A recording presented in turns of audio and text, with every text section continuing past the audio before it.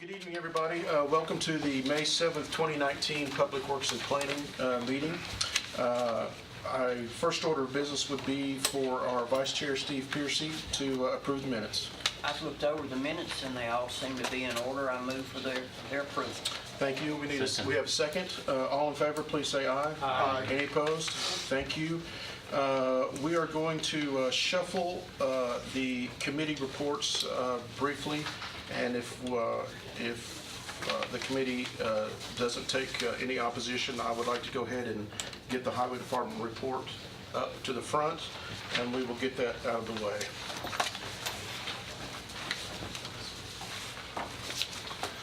Thank you, Mr. Brooks. Thank you. For being flexible. We like going first. I thought you might. That's a prime spot to be in. Okay, so first order of business is we have a few things for your approval. First thing you should have will be a drainage easement approval. And this is to alleviate some ponding of water on Randolph Street. This new 15-foot drainage easement does tie into an existing pre-approved drainage easement. So we're going to make some corrections to it. Actually, just do some maintenance to it when we're doing this other little small one here.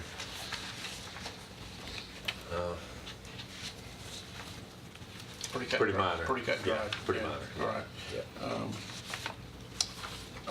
Does anybody have any questions regarding that? If not, we would need a motion for approval. So moved. Second? Second. All those in favor? Aye. Any opposed? All right, that motion carries. The next thing you should have is a speed limit request, I believe. And that is Mockingbird Lane and Rose Lane. We recently had some citizens ask us to reduce the speed, so we sent it to the Sheriff's Department. The Sheriff's Department sent back their recommendations, and those recommendations were approved by the board yesterday. For the viewing audience, it's posted now at what, and what's it going to? Mockingbird Lane was 30, I believe. Was it 30? No, neither one of these are posted. They weren't currently. Oh, not They currently posted. did not Okay, have. so it. the request I thought is posted. Mockingbird was 30, but All right. they neither one had one. And so we will put a speed limit sign of what? 25 on Mockingbird and 35 on Rhodes. All right. Okay. Motion to approve. And a second? Second. All right, all those in favor, please signify aye. Aye. Any opposed? All right, Mr. Brooks. The next one is an actual budget amendment inside our current budget. This is just moving some money around because I'm concerned that we're going to deplete our asphalt line item before we get to the beginning of our new fiscal year. So I'm going to move some money from state aid projects to asphalt to make sure that we can work while we have good weather, but don't want to run out of money. Right. Okay. So this is really just, kind of a result of our crews getting a lot of work done, and we wouldn't be concerned that we're running low on money. You say this is coming out of state aid funds? Yeah, well, it's coming out of our state aid projects line item. Okay. It's not coming out of state aid funds, Right. actually. We can't get to that unless we're doing a state aid project. But this is money that we would have to match state aid funds. And And since we're not doing that, we're gonna go ahead and move it over to our asphalt line. so that was my question. You don't have any state aid projects right now on the calendar? Correct. Okay, all right. For this fiscal year. So this is money in limbo right now that you can use to slide over? Right. All right, And if we don't use it all, then it'll go to fund balance, same place it would have went, okay. had we not moved it. If you don't use it all, can it go back to state aid fund? Well, it'll go to fund balance, Yeah, okay. Yeah. All right. All right. What's that dollar amount? 400,000. Any questions for Mr. Brooks? We need a motion Motion to approve. and a second, please. Second. Any opposed? Or all those in favor? Oh, roll call, we're spending money, I'm sorry. Thank you, Becky. Commissioner Blair? Yes. Commissioner Jernigan? Yes. Commissioner Piercy? Yes. Commissioner Sereno? Yes. Commissioner Rather? Yes. Commissioner Cush? Yes. All right, that motion carries. Mr. Brooks? Now, just briefly, there's, the conversation's been started about the road improvements that are going to be required to get the school, the new elementary school, the first round of road improvements for the preschool campus that's going on in Christiana. And just in an ongoing effort to figure out exactly what those would look like, what they would need to be, just in the first round of improvements. And there are many more rounds to come, but this thing's being phased in. Elementary school first.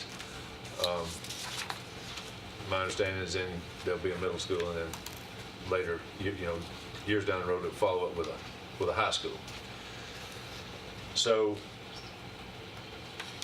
in talking with some different people that know how to do this, one of them, Executive Director of Tennessee County Highway Officials Association, and then, of course, Mary's been at it long enough to know all the avenues that there are,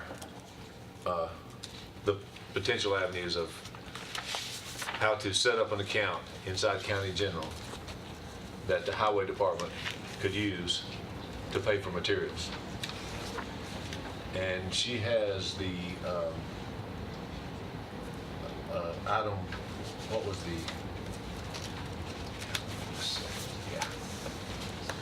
County Uniform Chart of Accounts is where these numbers came from. So I'm going to just hand these out so that you can be thinking about it as we move forward in this process. Now, it is noteworthy to know that we have enlisted the services of our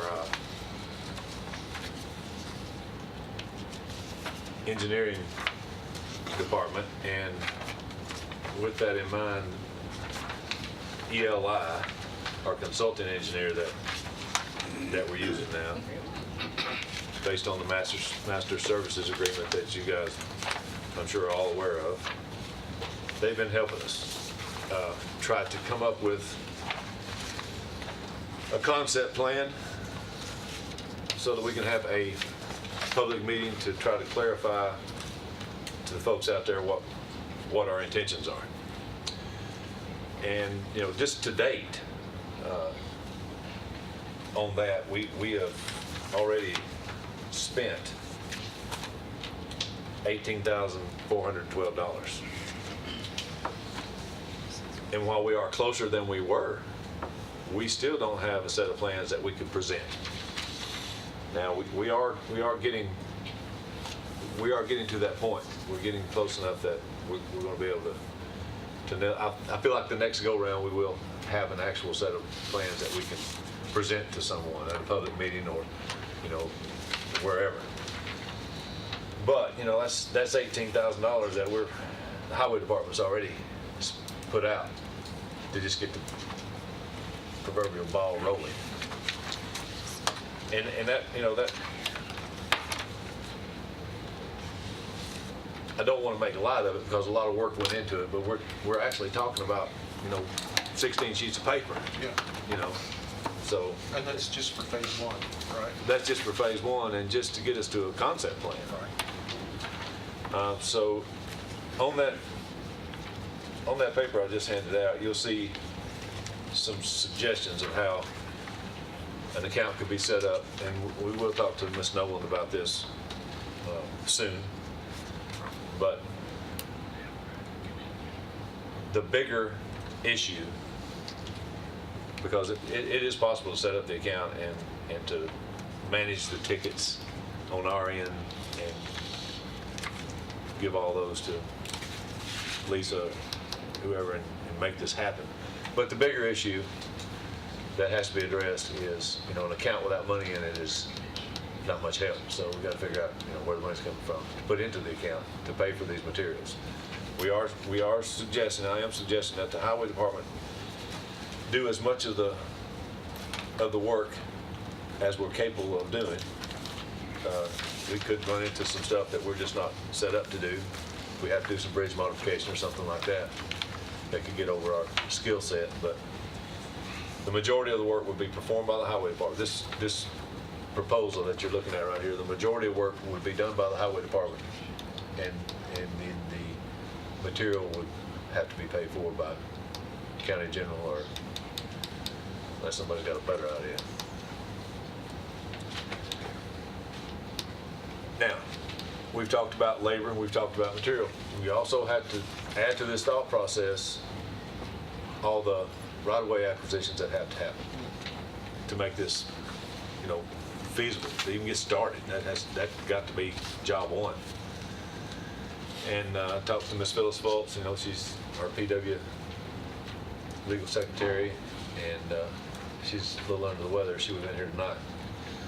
But she is she has a lot of information because she was very involved in Halls Hill Pike when that happened, especially the right-of-way acquisition part of it.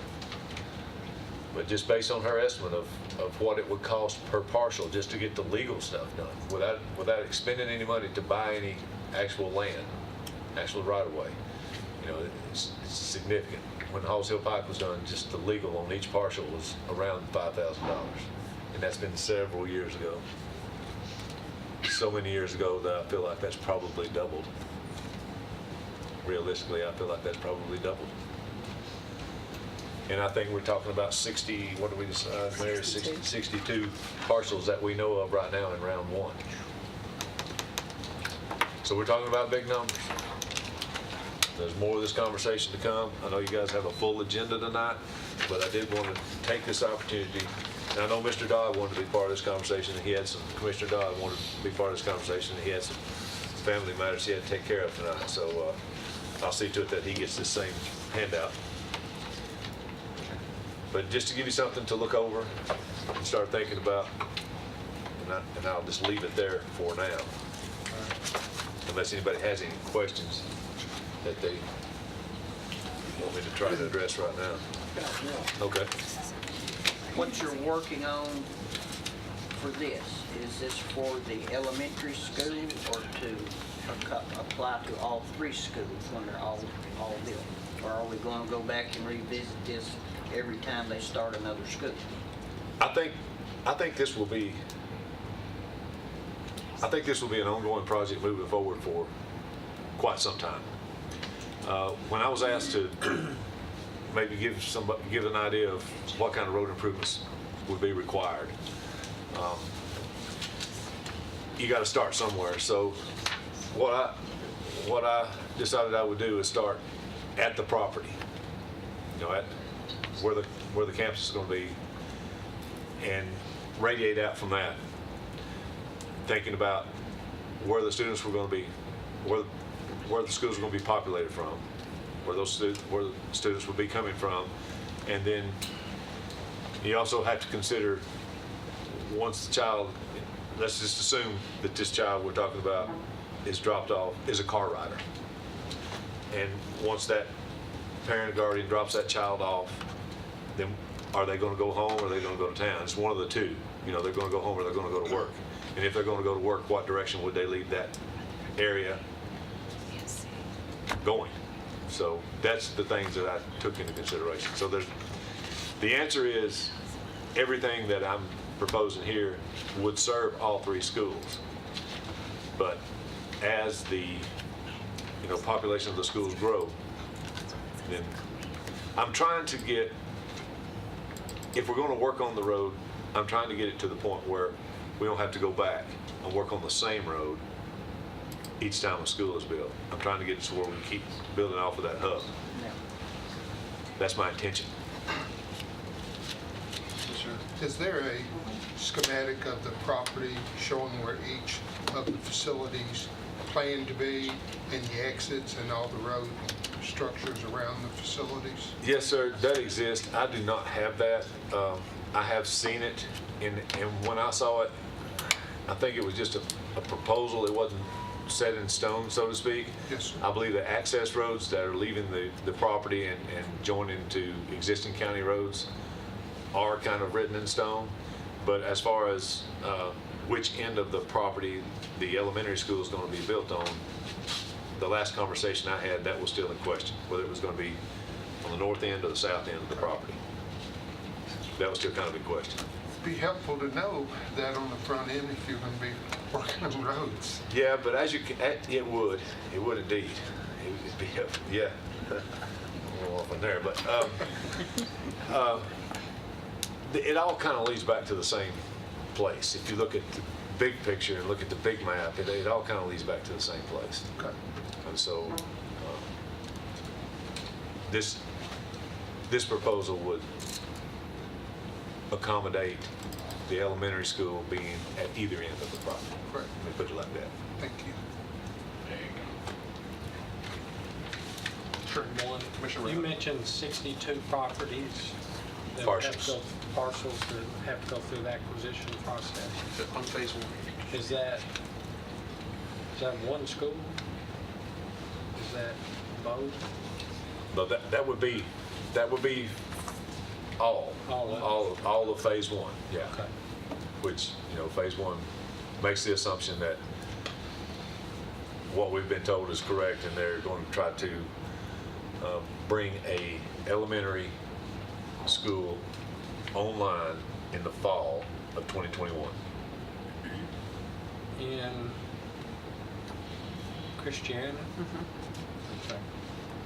So those 62 are at that site? Yes, sir. Okay, so you've got more out on Walter Hill. 231? Yes, sir.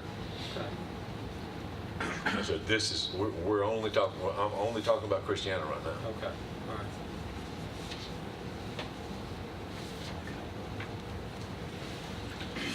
Commissioner? I have a question for the mayor. Yes, sir. Do we have a limit to what we're going to invest in this situation? Or we're just pinned against the wall and we're going to spend it?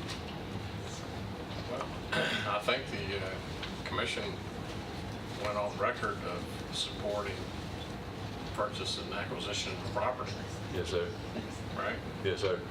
And it is what it is. So the answer to my question, we're going to do it regardless. You're going to do it, Regardless y'all, of the cost. y'all voted for it. Y'all, commission. What? Okay. Yeah, I didn't either. No. But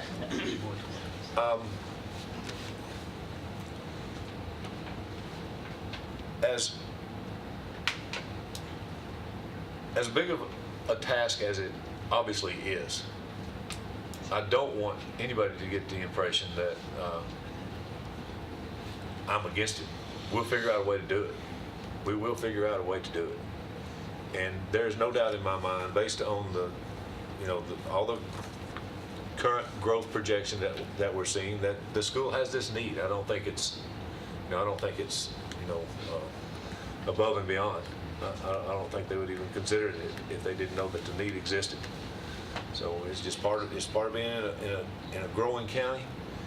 It's just it's painful, but keep in mind that it would be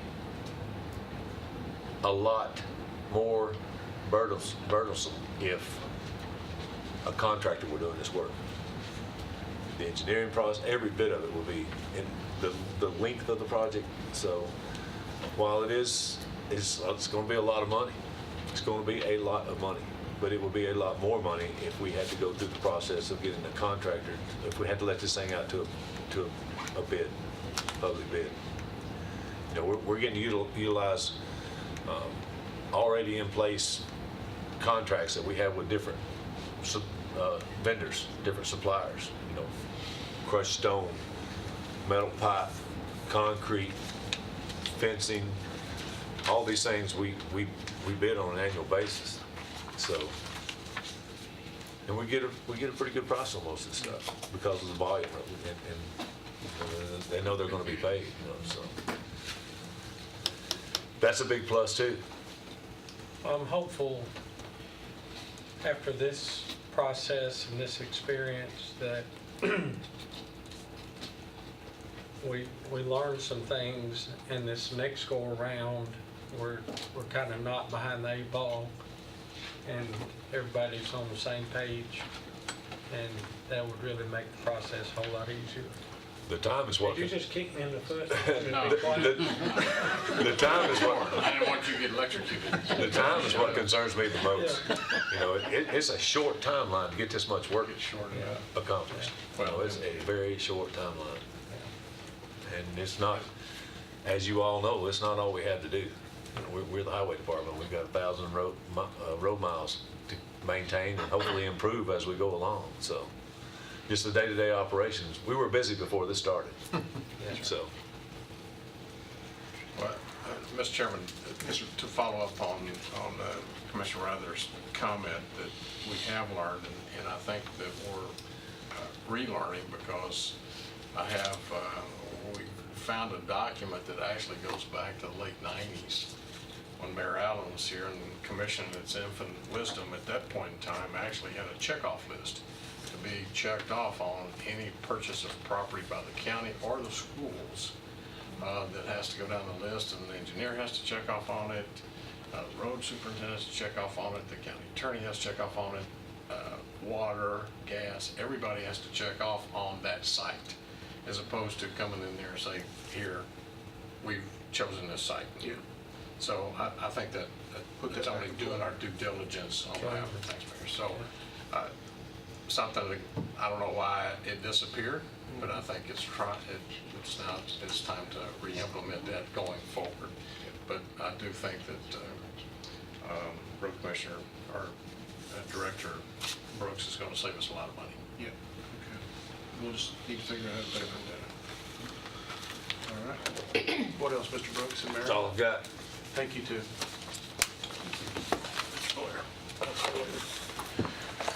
All right, we will jump back onto the agenda items as written. So we're moving landfill report up to the top this week, and that is mainly due to a presentation by Seema Prasad, who represents Resource Capture. This is not Seema's first visit, so I'm assuming you have some new information perhaps you'd like to share with us. So Seema, the floor is yours. If you'd like to give a quick introduction again of who you are and what you do. And I don't know if we need the lights, Mac. If so, I'll let you, there you go. There we go. Commissioner, thank you. I'm happy to be back with everyone, as there have been many residents in Rutherford County that have reached out and had questions about this project, which I greatly appreciate. I think having clarity and feeling fully educated on matters that are of such importance to the community is really critical. And you clearly have a community that cares and that is inquisitive, and it's that curiosity and those questions being answered that's, I think, going to help you make, in the end, the most informed, intelligent decision. I'm here today to present something that many of you have seen in the past, and for those that are in the room that actually traveled to California to see this in action, some can speak about this from firsthand experience. Organics recycling is 30% of what's going into the landfill today. It's also one of the most harmful things that goes into the landfill, that's allowed to go into the landfill, and is easily recycled, actually with outputs that are in high demand. So if we can recycle something that you have high demand on the backside of it, ongoing, why would we not do that? And how do we do that? So I think we all know we can do it, we need to do it, but how that's going to get done is the real big question. So I presented this project in the past, but I'm going to present a more clear solution today, and the opportunity for a public-private partnership. So we'll start here.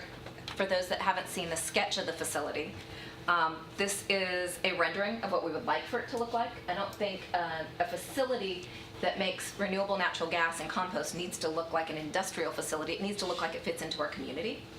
This looks more like an equestrian center or a garden center.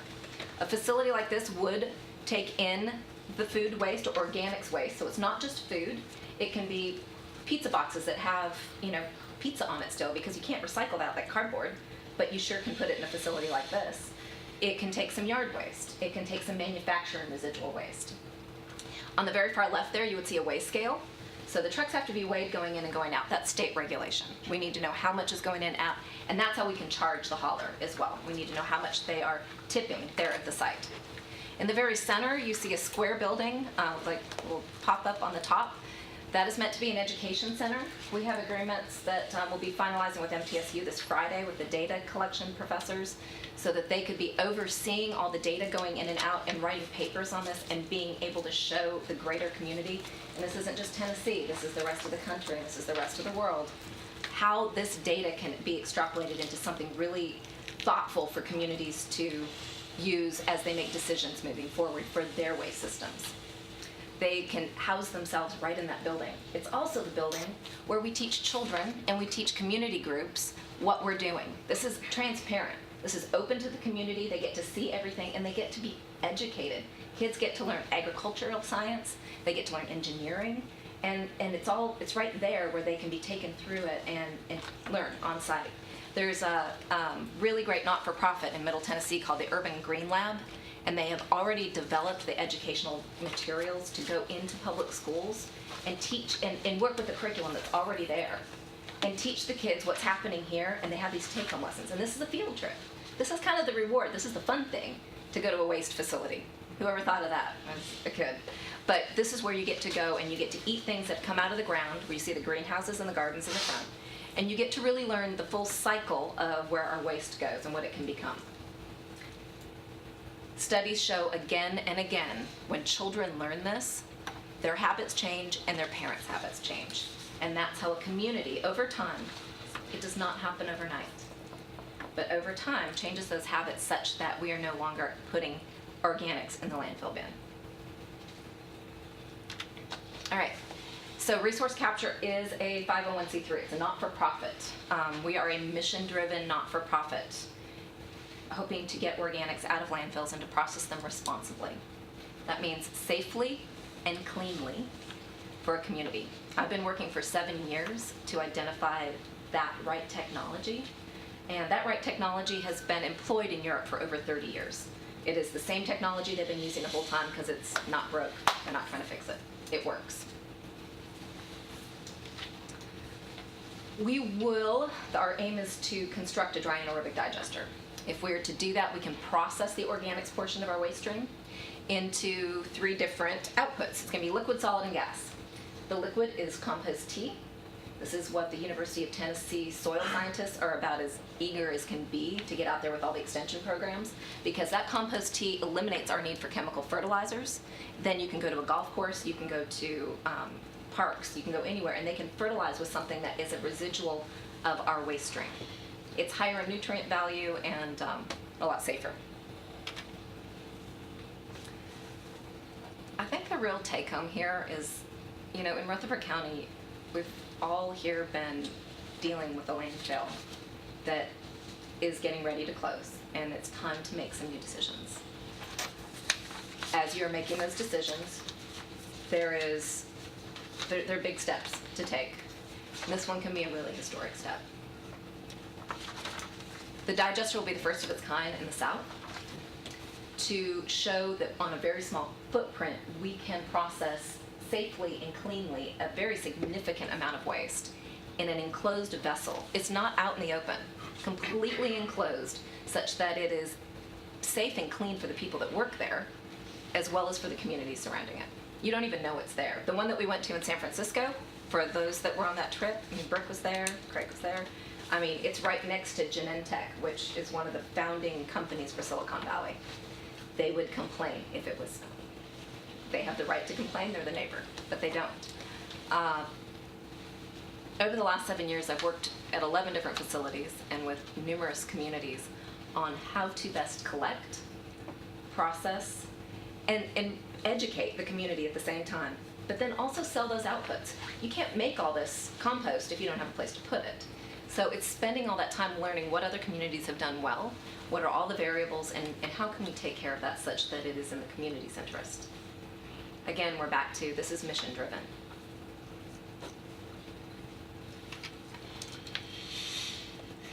There are best practices in the industry. Of course, we use those. But on top of that, we make sure we use sealed trucks. That's not considered a mandatory thing in our state. sealed trucks for organics waste is just smart and clean. You get any of that waste out, it gets into our stormwater system, and we have yet another issue to take care of. Let's not make more problems. We operate in a negative air pressure building, which means that when you enter, the air is sucked in and it's put through a biofilter. That way you don't have any fugitive air going out. It's a double wall or a double door. The system's modular, so we start small. We start small such that when there's demand, we add on, but we don't add on until then, so that we're constantly manage the amount of input that we have and the amount of output that we can take care of. So if we were to do a public-private partnership and we were to have a very costly digester built, and we'll talk about why you don't see them more in the US. But if we were to do that, what would be required of Rutherford County? What we're looking for, and the best way that this ever happens in any community is, yes, the land, the appropriate land, but it's also cooperating and together educating. So if we're educating in the schools with Urban Green Lab, Rutherford County's on board and we're all doing it as a team. We all have the same goals. We meet, we construct a plan, and we execute it together. We all are on the same page, doing what is mission-driven for the community. We have to be in cooperation when it comes to public relations. If you go to an elementary school, if you go to a stadium, you want to show those stadium goers or those children what they accomplished. And we want to reward the community for what they've done. We want to let them know. We need those metrics, and we need to let them know about it. And we work together to make sure we're doing that. Because when you feel good about this habit change that you've done for your community, you continue to do it. Or someone might adopt it because they saw that it really did make a difference. It's no fun to participate in something like think that you're putting your recyclables in a recycling bin and then know that they don't get recycled. That's really disheartening. And no one wants to do that. We want to show them what it accomplished and why they need to continue to participate or get their neighbors to participate. The fourth thing is what I think is most important, and this is where total transparency happens. There has to be someone from the community that is a representative on the advisory board for the not-for-profit. That's where they see all financials. They see everything that's going on at all times. Henry Trost is here, he's on the board. He can attest to total transparency. That's just what we do because that's the right way to do it. The community is always involved. They know exactly what's happening, and they don't know after the fact. They are helping make decisions to move the organization forward. So public-private partnership, oftentimes, it's an odd term, but when it really works, it means that both parties are bringing something to the table that they couldn't do on their own. And we're mutually benefiting. Think of it as like a good marriage. Honestly, I mean, when two people are really better as a whole, quite often as a partnership, than if you were to be just your own single person. So it's going to allow Rutherford County to have the cleanest, safest, most efficient organics processing that's available. So we can go back to why do we not see this in the US much? Because it's darn expensive. Does this make financial sense as a business? No. But as a not-for-profit, we're able to get grants to get this started. And then once we get it started, it makes enough money by selling the renewable natural gas, the liquid and the solid compost to service that debt, to pay the mortgage, effectively. So in this structure, we all win. Individually, we don't. When we work together, we can have something pretty amazing that is the cleanest and safest for our community that it doesn't make sense for like a waste company to come in and do because the numbers don't crunch. It doesn't pencil out. The other really important thing is you can't go and ask someone to start diverting organics from the landfill if you don't have a place to put it. You can't go and start educating kids and get them excited about it and then they ask, where's that bin? Where's my green bin? Well, it's coming soon. Well, they get deflated and then they don't do it. We can't start that system until we have a place to take it and a place that is prepared to take quantity. Because once it starts happening, it starts happening. This would be able to take 25,000 tons per year. Significant. It's not all going to happen at once. But with time and over the construction time and the fundraising time, you start to build some of those contracts up. And some of those contracts, it's not going to be residential necessarily. That is the hardest one to teach and to separate. But the way these get started, the way the smartest ones have been started around the world is you use industrial, commercial, and institutional waste. So those are going to be hospitals, that's in our community, stadiums in our community, Schools will be next. A school cafeteria is much easier to manage than 50 different homes. That waste stream needs to be culled through a lot of times. You never know what's in there.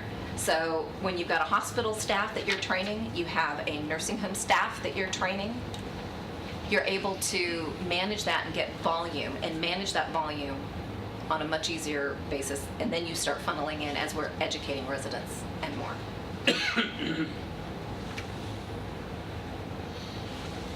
So there have been a bunch of other options, I think, presented to you. And if not, there's a bunch of options out there that I'm sure everyone's researched. Why the digester? What we've talked about is definitely safer. It is by far the safest. The waste industry is up in the top 5 every year of injuries and fatalities. If we have a way to protect our humans better, we need to do it. That's just being humane and responsible. This is not a big job creator. It's much more automated. But you don't want people doing a lot of those jobs. That's where you're having your injuries on a regular basis. It's a very small footprint. We don't need 50 acres to do what we can do in 5. It's sealed. When it's sealed, it means that no one has to experience the smell, and on a 160-degree day in Middle Tennessee with 80% humidity, that could smell. That's not a smell anyone wants to experience. So it comes in, it's sealed. That's what everybody wants to work around. So when you're composting outside, big windrows, dirt on top of the ground, what happens to a 3-inch rain event? What happens in that? We have runoff. This is called effluent. This is the runoff from the juices from that organics waste. When that happens, where does it go? Well, in a composting facility, it's going to be collected into a lagoon. That is open air. In a digester facility, it is captured, it's run back through the system. If anyone's a baker, it's like a sourdough starter. It instigates that next batch. So you're using it, and it comes out the other side as compost tea, something usable, saleable, that goes back into our community as nutrient-rich compost.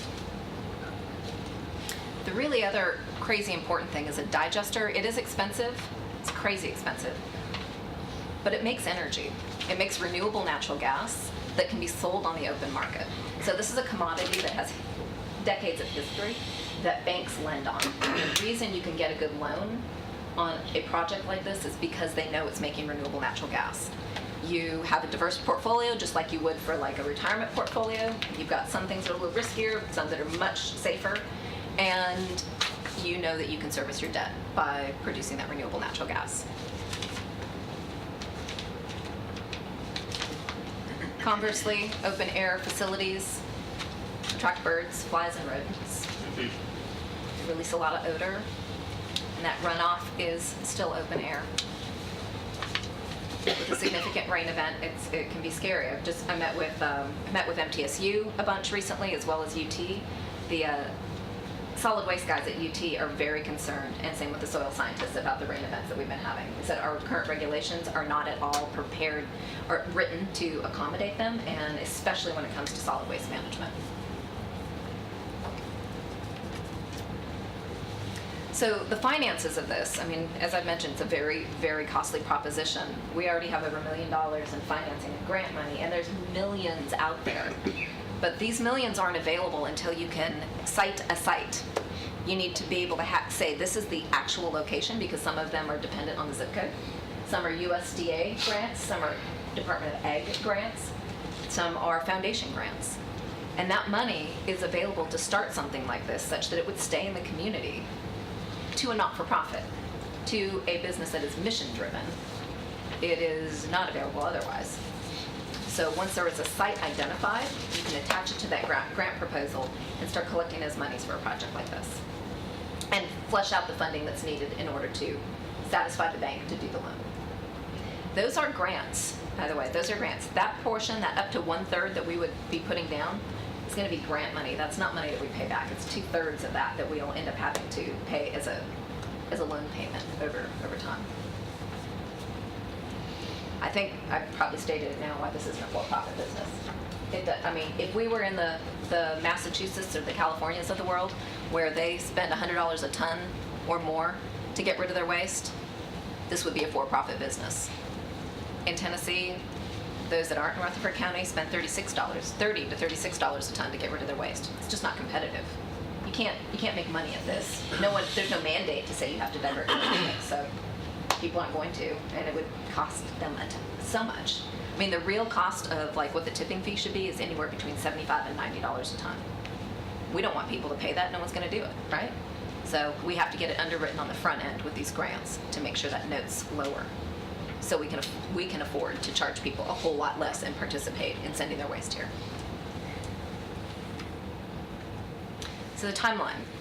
Once a site is secured and committed, RECAP will need about a year to get that financing together. But all those grants have to be written once the site is secured. The facility construction can take up to 18 months, and really, it's mostly prefabbed off-site. Most of it is made very locally. It's in Dover, Alabama. Everything for the providers I've been looking at is made in the United States. I don't know if any of you have been to some of the facilities that continue to break down.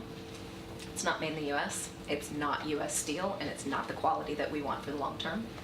If you go to all these different facilities around the world, you know which ones, and you talk to the facility managers, because that's who I work with. I don't talk to the salesmen. You know which ones work ongoing and which parts, and you go see what the stamp is. You can still be pretty proud that Made in the USA means a whole lot. Construction really is due to permitting times. All these materials are very easy to get and easy to put together. Permitting is going to be where we have holdups, and that is working with the Department of Environment, and they are very agreeable to making sure a project like this gets off the ground. During that time, we organize our haulers, and that's where you put out, contracts. These haulers, though, have to work with us. It's a three-way contract. So you have, let's say, the hospital that's going to divert their waste. You have the hauler, and you have RECAP. We need to know what's being hauled each day, because if it's coming in what we'll call contaminated, like a bunch of forks and stuff, that means we probably need to spend some more time training in that facility. We all have to be working together so that we can constantly be the most efficient and the most clean. So those haulers have to be not just a regular old waste hauler. They have to have specialized trucks and agree to be part of this communication team. We start training in kitchens, arenas, schools, and the greater community. You go out to a crafts fair, you go out to the county fair, we're there with kiosks showing people what goes in what bin and why. So we start that community outreach and education while the facility is being constructed. So everyone can start to learn what's on board and what goes in what bin. So a project like this, it really takes about 2.5 years from start to committing a site to actually being operational. This isn't something y'all could decide in 3 years and then it's there the next day. This is the stuff that's going to take some forethought and some commitment. And truly, it takes thinking through what are all the alternatives. Learning enough about this, as I know many of you have. You've sit and researched things and called me. This facility is by far the best option for you. It will allow you to have expansion over time that is still safe and clean. If you do open air composting, it will be exactly the opposite. You expand to such a great level where 30% of what's going into that landfill right now is going to be open air composted. You have issues. With rain events like we've had, we will have issues. You have to bring this somehow into a sealed environment, clean the air, and make it safe for the employees, as well as the community around it.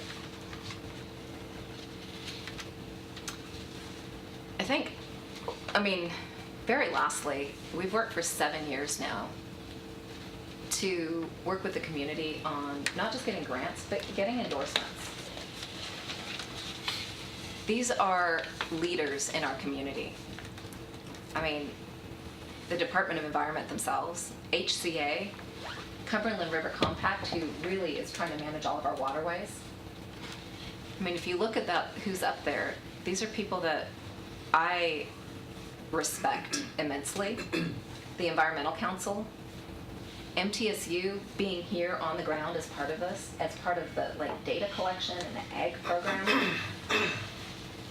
I think we're pretty fortunate that we've gotten the support for this that we have, the funding that we have, but that next step is partnering with a community that cares that organics diversion happen and that it's implemented in a clean, safe way for their residents. So I bring this project to you as something that could happen in Rutherford County, and I think, honestly, it's best suited here because you all get it more than anyone else in Tennessee. You've had the landfill in your backyard. You understand what getting 30% of those organics out of the landfill in that waste stream would do for the enjoyment of citizens in this community. Not that the landfill's necessarily going to expand, but that if those organics are out and they're clean and they're made into something clean and useful, how much more intelligent is that as you're making decisions moving forward? That's something that you can be proud of as a decision. And honestly, it's the lowest buy-in for the highest bang for your buck, I guess I would say, that pretty much exists because this is a 501c3 and we can finance it through grant money. It's a really unique situation that we all kind of get a lot more by working together. It's kind of the ultimate public-private partnership. I want to know if there are any questions. Is there anything that I said that does not necessarily jive or make sense? Well, there's questions. Good, good. Please. I was wondering how much acreage you need. So anywhere from 5 to 7 acres, very much depending on the shape of it and the ingress egress. And that allows for 25,000 ton digester to add 3 more. So it could be up to 100,000 tons being processed on that plot. A year. A year, yes, sir. Say that one more time. So it starts- The first initial, Is 25,000 puzzle. ton per year. Yeah, and you that, say 25,000? correct. Okay. And then, so it's like, think of it as like a semi-trailer being docked onto the guts of the operation. And you back up, you have like 3 more of those added on. So you can get up to 100,000 tons of processing ability on that site. Okay. But you don't expand until you know you're going to have demand for that or you get a little ahead of it. Right. Yeah. I think in the presentation you gave at Patterson Park a month or so ago, a research team that you deal with, I can't remember their name, but did a kind of a Middle Tennessee Yeah, the waste study. characterization. Yes. And I think you threw a number out. Like in a 850. 75-mile radius, there was 850,000 tons potential. Of organics. waste. Organics. Yeah. Which theoretically, if you just keep adding modules, you could take care of. Yeah, you know, the way that it's been recommended to actually do this in the past, when you have scientists look at this and you have people that work in this industry, you want to have another one 75 to 100 miles away. Yeah. So that all that waste isn't being trucked. There's a certain point where it doesn't make financial sense, the Right. carbon footprint sense, but you start having such volume that you don't want to overdo one site. I'm like 100,000 tons per year for a site like this is probably where you want to max out. You could do another site, you know, All right. Williamson County. If you said it, I missed it. You emphasized many times that the digesters are extremely expensive. They are. They're about 14 to 16 million. Oh, that was my Yeah. question. Yeah. You I mean, never- they're pricey. Okay. Yeah. And one digester would do, like you said, about 25,000 tons? Tons per year, correct. Okay, all right. Now, that's again, like you've got the guts and you're backing up one digester to it. You add another digester, that's another 6 million. Right. And another is like another 6 million. Right. So your initial investment is much greater per Yeah. ton of processing than it would be down the road. So the big ticket item is the digester, but surely there is a lot more mechanical, because you've got other parts of that system that would feed that digester, and then you've got basically the infrastructure exactly. needed Yeah. to get to that digester. So the infrastructure, the guts are the expensive part, Yeah. and then the digester itself is the add-on that's about 6 million each time. Okay, so let's just say to get started in that 25,000 ton capacity, are you looking at a $30 million bill? No, 14 million. So we've got a bid for 14 million. The only variable that's here, well, there's 2. Site work, like you never know on your site, do you need to blast a little bit or, what, it depends on the individual site. The other thing is you have to connect to an interstate gas line. Sure. So you can't just connect to a community gas line, but the pressure to a community or an interstate gas line and that's where you can sell in the open market. Now, there's some sites in Rutherford County that I've identified that would be close to an interstate gas line, and that would make a lot of sense. It's less digging, it's less cost. It's about $1 million a mile to run a gas line like that. So that's a huge variable that really is site dependent. All right, so tell me the math on, when you say gas, you're talking about natural gas. Correct. So if you take this organic waste, you convert it to methane? So it naturally produces methane and carbon dioxide. It's about 70% methane and 30% carbon dioxide. Okay. The methane is what has the real gas value. You scrub it, so it's dirty gas. Like landfill gas is called brown gas. That's really, really dirty. This has still got some stuff in it. It's got some ammonia and things that need to be cleaned out to be pipeline spec level. Which is another cost that we haven't talked about. Right, it's part of it. It's part of that whole price tag. That's Okay. kind of all inclusive. All right. But that is part of the process. You have to clean it. You pressurize it to the right spec to inject into the pipeline. We check it. They check it before it goes in. It's metered at both spots, and then you create your renewable identification number and all your renewables that you also sell in order to support the note. Okay, so you basically have to polish your gas Yeah. to a certain grade that a gas company would accept Correct. into their pipe system. It's called their specs. Yeah. So, yeah. Okay. And you think that's doable with the organic?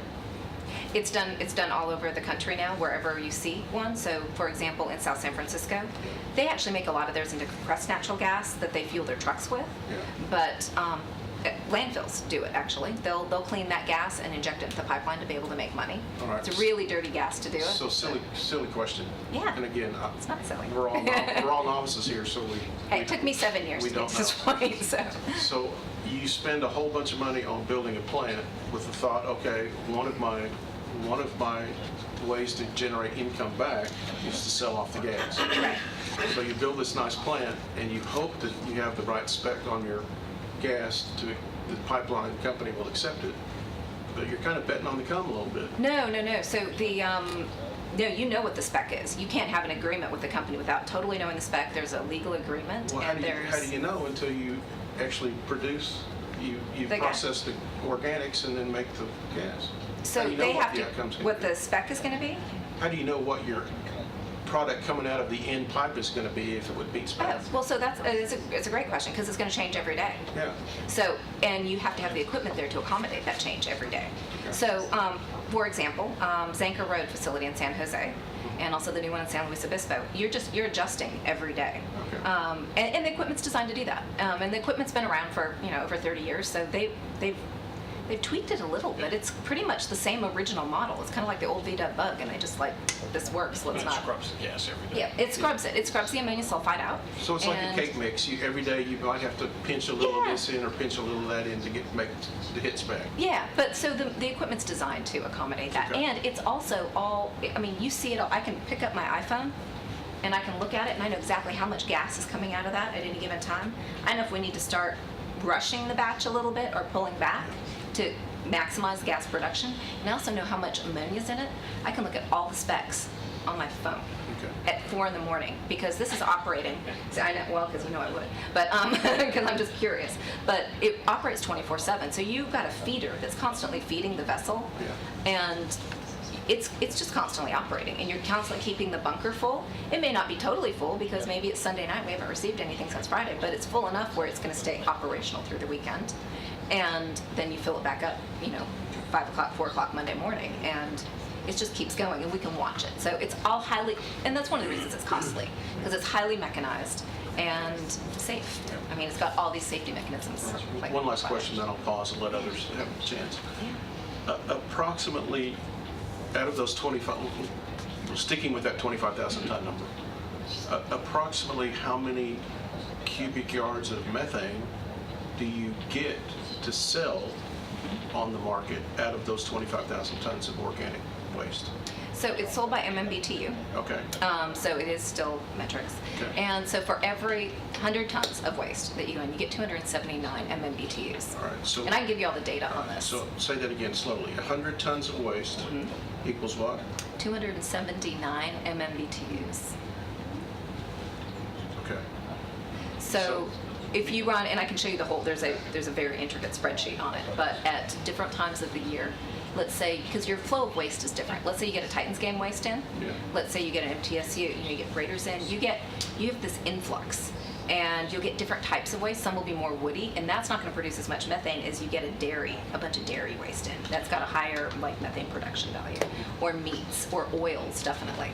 So you're constantly looking at what you're producing. You have to produce enough to satisfy the contracts out there, but you make the contract at the lowest amount, and then as you have more experience, you can get more comfortable with contracting at a higher level of volume.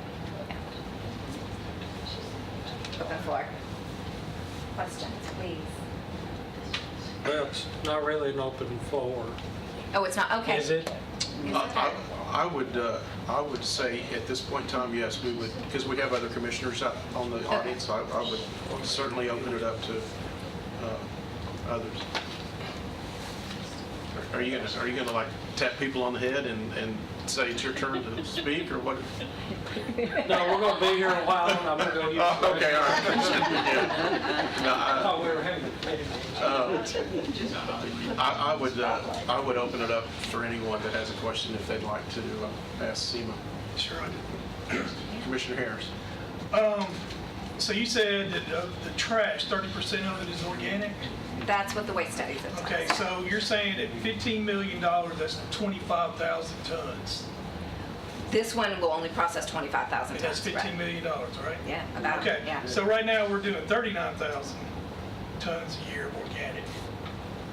Because we're doing 350 a day, so that's 127,000 for a year. So 30% of that would be 39,000. So my point to you is, how much does it cost to get up to our goal of all organics? You know, there's a lot of variables to get there, and honestly, the biggest variable that has the most time put into it is education. It's getting people to participate. It's not, can we get the structure built? I mean, if I can show there's demand to a bank, they're going to lend you on that money because they know the gas coming out of it is going to make us worth it. You know, we're good for that. No, it's getting the participation. It's educating that school. It's educating that stadium, that apartment complex, that this is what goes in this bin and we're going to start picking it up. So that's where that kind of 4 commitments that needed from the county in order to go down this road, that education's really, I mean, yes, a site, but education's the big one. And we need to work together. I got 3 questions, actually. Go, Okay. good. Once this facility's operational, what power does the county have then? Well, the county, and this is a little bit challenging, the county knows that that facility has to be run legally. So legally is also in compliance with the Department of Environment. And I won't say that the Department of Environment has always been great at enforcement. So I don't think that that's the best assurance always. I think the best assurance is that you have someone on the advisory board, you know exactly what's happening on the front end. So they're part of the facility, like leadership, but the county wouldn't own it because they can't own it given that the way the bank is then leaning the chattel as well as the actual materials that are there that they've lent on. So Rutherford County then has the ability to, I mean, it's fully transparent to be on site at any point, but they don't own it. If they haven't put up the money for it, they don't own it, so they can't take it. But they would have access to it. They have a facility that they have full access to and ability to divert their organics waste to. You talked about contracting out, collecting the materials. Yes. Okay, who decides that contract? Does the county have any say in that? I think the county needs to be at a seat with that, yeah. Okay. I mean, I think the most important thing though is that it has to be sealed. I mean, as a facility operator, I don't want to be responsible for things that come in that aren't sealed because it's creating a mess that then would reflect poorly on the high standard of work that we're trying to accomplish. So, I mean, we've got the specs of what works really well for other communities and what hasn't worked, and we would have to bring that to the table and say it's got to really be of the highest standard. And I think everybody wants that, honestly. We don't want leaky trucks in our community. We want things that are sealed as they're going down our streets that we live on. And when they come into the facility, they've got a good wash down so that we're respectful to our neighbors. My last question is, you said that a diverter costs $14 million. give or take. Mm-hmm. Now, everybody knows that anything that's built by man will break down. So Yes, it who will. pays for those repairs when it breaks down, and when it breaks down, what are you gonna do with all the trash? So the pro forma has all of the repair stuff in it. All 11 sites I've worked at, they've shown me exactly how you clean and what you do and how you replace. None of it is complicated or time consuming. It could literally be 2 to 3 hours and you're replacing a part and you're back up. So nothing is consequential to gas production. They've designed them such that that's the way they operate. If you look at the inside, and I can show you the inside mechanics of how these are designed, they're designed to be so simple that even a breakdown, if one of the arms breaks off on the inside, it's then absorbed and spit out such that another arm can be easily replaced. They're very well designed, but you have a parts cabinet. You keep all of that in-house so that you're not waiting. You don't ever stop the facility in order to go order something and wait for it to come in. So for example, the one that we were at in California, that back end where you see all of the mechanics, you saw a parts cabinet in the very back corner. And Chris, who was operating it that day, he showed me when I worked in the Monterey facility with him, the big pink door facility. We went and stocked the whole thing. He's like, let's kill the machine for a while. Let's see what happens. He's like, all right. He goes, go to the parts cabinet and figure it out. So you go in there, and the reason I say VW Bug is because it is literally that simple. And you would think something that's so high-end and mechanical, and so computerized, would not be that simple, but the nuts and bolts of it are. It's just a big tube that's churning in a sealed manner. So it's fairly simple, but downtime is rarely less than 2 hours. Good? You have a question in the back? Yeah, you're going about this with a public-private partnership, and that's what you're designing and Correct. saying. I think for the audience more than anything, that can be done in multiple ways. Correct. Break it down more simplistic in how you're doing. You're talking grants, you're talking USDA grants and private funding. The county's going to be involved, but is the county going to be monetarily involved? Are they going to pay tipping fees? I mean, you just Yeah. explain that. I don't want to put words in your mouth. I want to hear Okay. a simple explanation. So the county would be responsible for providing the land. The resource capture would be responsible for building and operating the facility and everything financial that goes along with it. Because it's a 501c3, they can receive the grants. They can also, or we can operate that with, certain tax incentives as well, because it is a 501c3. Ongoing, the responsibility of that facility is recaps. The county then gets a facility that otherwise taxpayers do not have to pay for that is safe and clean, and access to that in their community where it's close, which means it's going to cost a lot less to have their waste hauled there. The further away it goes, because organics waste is heavy, the more costly it becomes for a community. So Rutherford County would then receive less expensive organics processing, really in exchange to use land. So that covers the facility, the land, and the operational side of it. When it comes to the hauling, how will that be handled? Is there going to be private contracts, or as far as the trucks and everything, you'll shoot out bids, or the county would be I think- involved in that? You know, as Councilman Harris just said, I think it's got to be together because it's going down your county streets. Now, there's a couple of different ways that counties have done this in the past. Sometimes they have 8 different haulers, but they can go anywhere they want on any day. Well, that puts a lot of wear and tear on the county streets that you're paying for. So the way that it's really been done best is, this is your zone. This hauler can win a contract for this zone, and that way they're going up and down that street once a week. It's less wear and tear, it's more efficient, it's more respectful to the neighbors, and then it just has to be organized. And it's got to be collaborative at that point. From my point of view, though, it's got to be at the highest standard. We've got to make sure they're holding their standards the same way that we're trying to hold them at this facility so that it's clean. Part, Yeah. but not in part, you mentioned in an earlier thing that we could maybe even utilize a glass crusher Easily. on that same facility, and that's a whole nother, but not part of this, but could be part of the, I guess, the footprint of this digester type thing. It easily could be. I mean, the weigh station would be one weigh station. You don't have to go replicate it and build another, pay for another. There's so much that can be put on the same site together that can work in tandem because of the nature of the activity and because of the use of things like a weigh station or sheds and holding containers. Do you have a percentage on glass that could be coming out of the landfill or diverted, so to speak? We don't have a number on it yet. I don't, but I can get it easily. I mean, there's glass is not as detrimental in a landfill, but it's really silly to produce something that's so easy to recycle and so much easier to recycle than to build it from scratch. Like, why would we do that? Why not just recycle it and use it again? So yeah, a glass crusher is not that expensive. And I mean, this one site that I was looking at would be ideal. And if you want to culletize it and send it on the rail, there's a rail spur right there. Like, how efficient of a movement that is. That's not extra added work, time, and money. Yeah. Commissioner? So this evolves from going to MTSU and hospitals and large sites and picking up on I presume, on a daily basis at these larger sites, and then evolving into a consumer once a week pickup. Correct. Yes. So you're proposing that you would have to educate MTSU and the hospitals and the other manufacturing facilities that would have something to dispose.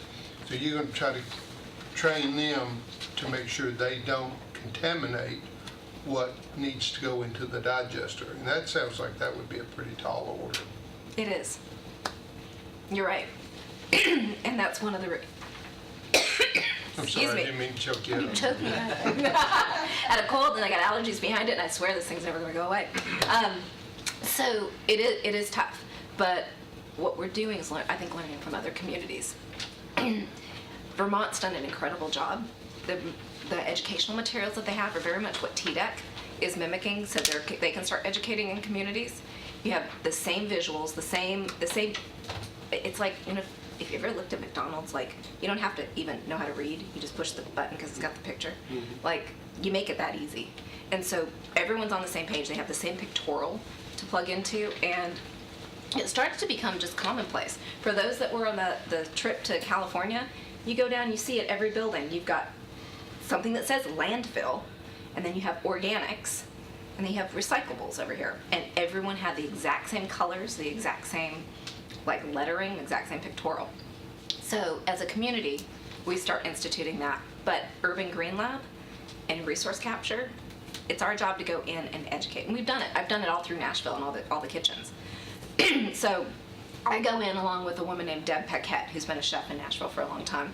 And we go in and we just say, this is the way you set it up. Because I mean, I'll tell you, I've had a chef just say, that seems like a total pain, and was swearing and everything. I looked over and I'm like, are you serious? You're a grown man. This is not hard. And then he just looked at me. He goes, it's just a hassle.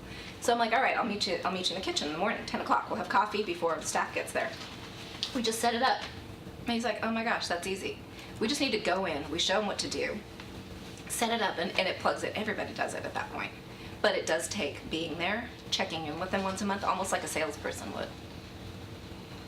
You provide the material, you provide the education, and you follow up because there will be staff changeover.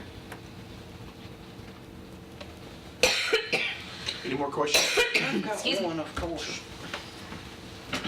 Have you, the compost in the end that Yes. goes in the big pot, have you ever run a nitrogen content analysis on it We to have. see what the nitrogen is? It runs anywhere from 7 to 16%. 7 to 16%. And it depends, because it depends on what goes in. So every batch is going to be different. Every batch needs to be tested so that whoever is receiving it knows what they're getting. And it's tested not just by us, but it has to be sent away to 2 different independent labs before it's sold. Is the T a higher level than that? It can be. I mean, it can be. Yeah. So we've got some soil tests from similar facilities, but again, it's going to, I mean, if we've got a lot of dairy waste coming in, we're going to have a really different kind of composition. But I think the really important thing is whoever's purchasing it, they know what they're getting. Because a farmer's going to look at it, it has a lot more nitrogen in it. They might back off on their application. They need to know kind of what that formula is to best serve their needs. Nitrogen is very limited to what you can put on a crop. Exactly. I mean, it can burn it if we're not careful. It's normally a one time a year process. Exactly. My last question, and I'll make it real simple. Other than the land to put this on, what do you expect from a Rutherford County government? Honestly, it's going to be the cooperation with the education. No money. No money. No money at It's all. not finances, because I think this has to be, there's grant money out there. But I mean, if what if you you don't want to get- kick in, I don't think that's necessarily such a bad thing, but I Well, don't no. think, I looked at the face I knew that would give me the stone face. But, no, I think this can be achieved, there's money out there, but it's only out there for certain formats. Like, it's out there for not-for-profits, it's out there for organizations that are doing things like diverting organics from a landfill. I mean, there's grant money for it, so why don't we go after that? And if we can get enough of that to be able to get the loan, and we know we're making enough money to service that debt, I mean, that's the way that this gets done without taxpayers having to put that money in. But you said if we can get enough of that, what if we don't, or you don't? Well, yeah, that's a good point, because then we have to scale back the project. But as we look at all the grants that are out there, I mean, I can't say that we can definitely get them right now because I don't have them. But they're all out there available, and this fits their grant criteria. So once we have a site, we then, once we have a site, we write that grant, and we fit every criteria they have for it. So why we wouldn't get it would be really silly. This is the kind of stuff they're looking to give grants to. My final question, there's 30 counties roughly that's got the same problem we have. We're running out of a landfill. Have you pitched this idea to any of the other 30, and how many? I have. I pitched it to Davidson County, and that's where these grant monies are currently identified to go. They are not ready to do anything. They love the idea, and then I will say, as Mayor Cutron has said, they kick the can down the road. It's not in their backyard. They don't feel it like you do. They're not as understanding and sensitive to the fact that there's going to be a landfill shortage, and what are we going to do about it? Now, the really neat thing is when you're the host county, you pay less. They pay more. So you would just be getting ahead of them, saying, you know what, we're the host county. Our costs are always going to be down here. You guys are going to pay a little bit more, A, because they have to haul it a lot further, but B, they're not the host county with the benefits. So you're saying would still be a regional disposal I mean, facility? I think in order to make sure that a facility stays full, you have to look at what the options are to get waste in. If it can all be coming from Rutherford County, all the better. But we have to make sure that there's enough to keep that going, to make sure there's gas production to finance the debt. But you said being the host county, our cost would be lower. Correct. You just told me we would be at no cost. The cost is on you. So the cost to build the facility would be, but the cost Would be to... what? The cost to build the facility would be, Oh, What? would be Resource Capture's complete responsibility. okay. Yeah, and I mean, that loan is not in Rutherford County's name, that is in Resource Capture's name. Okay. So, but when you go to dump any waste anyplace, you do pay to dump your waste. It's not free to do that. And I know in the past you've gotten, from Republic, they've allowed you to dump, all landfill waste for free. Well, not really free. It's coming too close. Yeah. So, and that will be over. Now, Rutherford County won't ever pay more to dispose of organics than they ever would to landfill something at this facility. So what they call it a gate rate. So whatever the gate rate is, that stays there. Now, Davidson County's gonna, if they were to bring stuff this way, they're gonna have to pay a lot more. Plus, I think that there's room for talking about how that could be a surcharge. Because if you're the host county, what else should you get for this? I mean, quite honestly, I think there's something. Host fee. Yeah, a host fee. I mean, we've thrown around different ideas because this it's not been done in this manner before, where we can look at someone else's model. But I think if you're the host county, you get something for that more. But I think you pay that base rate. You don't ever pay these inflated rates because think of this, in 5 years when landfill costs go up to $60, $70 a ton for disposal, they're going to be paying a whole lot for everything. And I think your rates need to say, I would even call them subsidized, to an extent such that it doesn't hurt the finances of the facility to stay alive and maintain its, debt service. So when it comes down to it, we will still pay to bring you 30% of our waste stream. You'll pay a very nominal amount. So let's say this, it costs anywhere from $75 to $90 a ton to process that, to make the numbers, just to be even, like not make a dime. Right now, you would be paying, if you're paying gate rate, it would be $36 a ton. So in a significantly subsidized amount. So you get a facility that's safe and clean and close, and you pay basically, was it a third?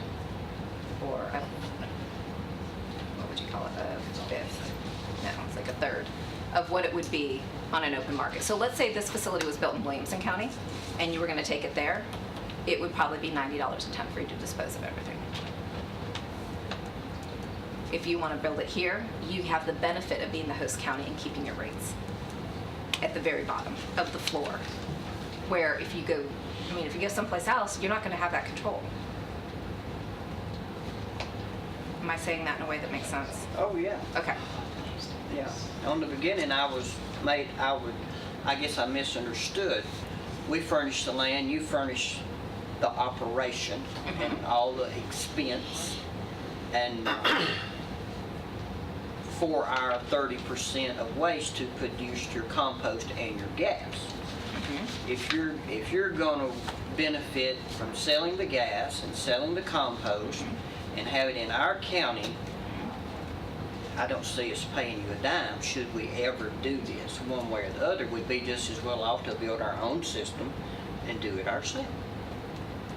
So if we can look at the numbers, and I can put the big spreadsheet up that has all of it, but selling the gas and the compost at market value right now doesn't cover the cost of servicing the debt on this facility. So there has to be something charged as that gate fee in order to just break even. It's not making money. Again, this is not a money-making proposition at all. Like at all. We might make $60,000, $70,000 a year to put away to buy a new digester.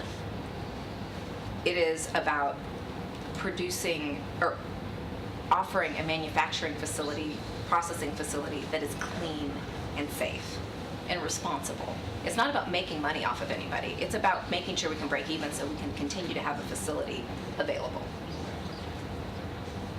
So it would, and the financials are an open book, and you have someone on the advisory board. So everything would always be transparent, so that you would know that as well. And an agreement would need to be written up that's very clear on how that works, ongoing.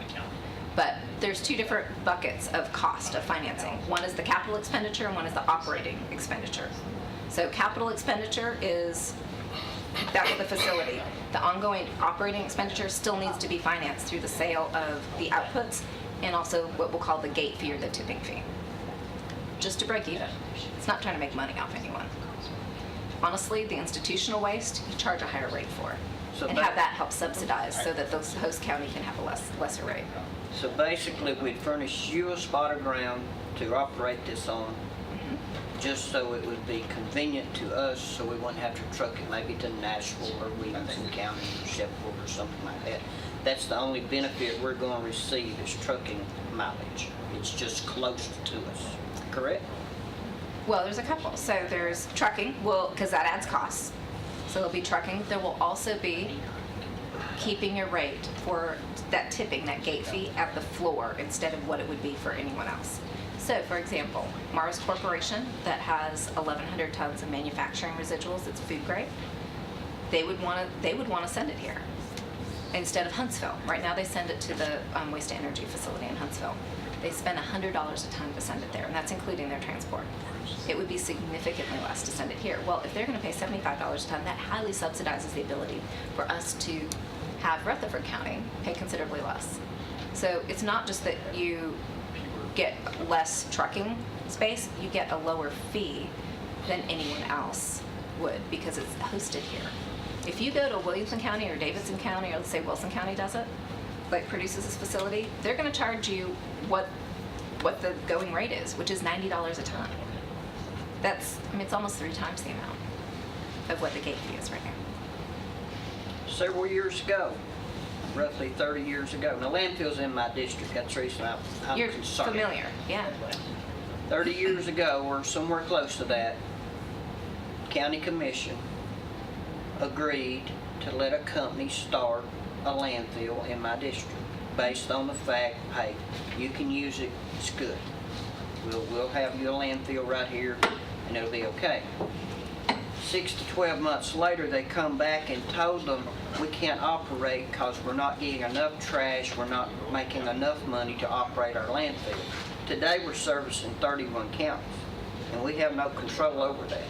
Will we control how many counties or people's composting trash you can take in at your site? So let's think about this. If you have control over who comes in, that could also control whether or not, the bank wouldn't allow that, I would just say, that has a loan, because the bank needs to know that we have enough feedstock to produce the gas to pay them each month. So the other way to look at that is, can Rutherford County have priority? If Rutherford County is diverting enough organics waste, it makes more sense for us to be taking it from our immediate surroundings than from, Franklin County or something. Like, that just doesn't make sense. So it's not control over the facility. If you want full control over the facility, you're right, you should build one yourself and operate and build it and do all of that. But if you were to do the partnership, we have to be responsible to paying our debt, which means we have to make sure that we've got feedstock coming in to produce the gas to pay the bills. We've been a host for other counties' trash a long time. And this is my personal opinion. I'm through with that. I'm through with taking other counties' trash for whatever, whether it's a recycle center, a compost center, or whatever. We need to be done with that. We've got it buried out there in Walter Hill, so a high airplane can't hardly fly over it. They have to get a running start just about. Now, that's where I'm at. That's my opinion. I think your idea is great. If we were going to do it for Rutherford County and it was feasible, that's great. But for bringing Nashville's composting trash up here, or Franklin's composting trash, or whoever, I'm not for that. I think Rutherford County ought to be strong enough to stand on their own 2 feet and take care of their own trash. It's just my opinion. Any more questions before we wrap up? Susan, this process takes just food waste. No, so it's organics waste, which is much broader. So it could take some yard waste. It can take pizza boxes that are soiled. It can take a lot of manufacturing residuals. So it's anything that falls under that organics. I mean, bones, meats, dairy, everything. So, when you do backyard composting and you're taught to what you can put in that bin and not, they would say no meat and dairy, because that attracts vermin and can create problems. You could put all of that in the digester. Actually, we want that meat and dairy. That produces great gas. So it's actually very broad. If you go to a stadium and they've gone fully compostable serviceware and plates, they just have one bin. They don't have recycling, trash, composting.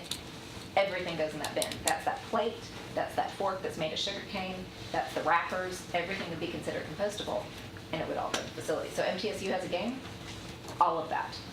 No more landfilling. Follow-up question. Yeah. Can it run on just food waste?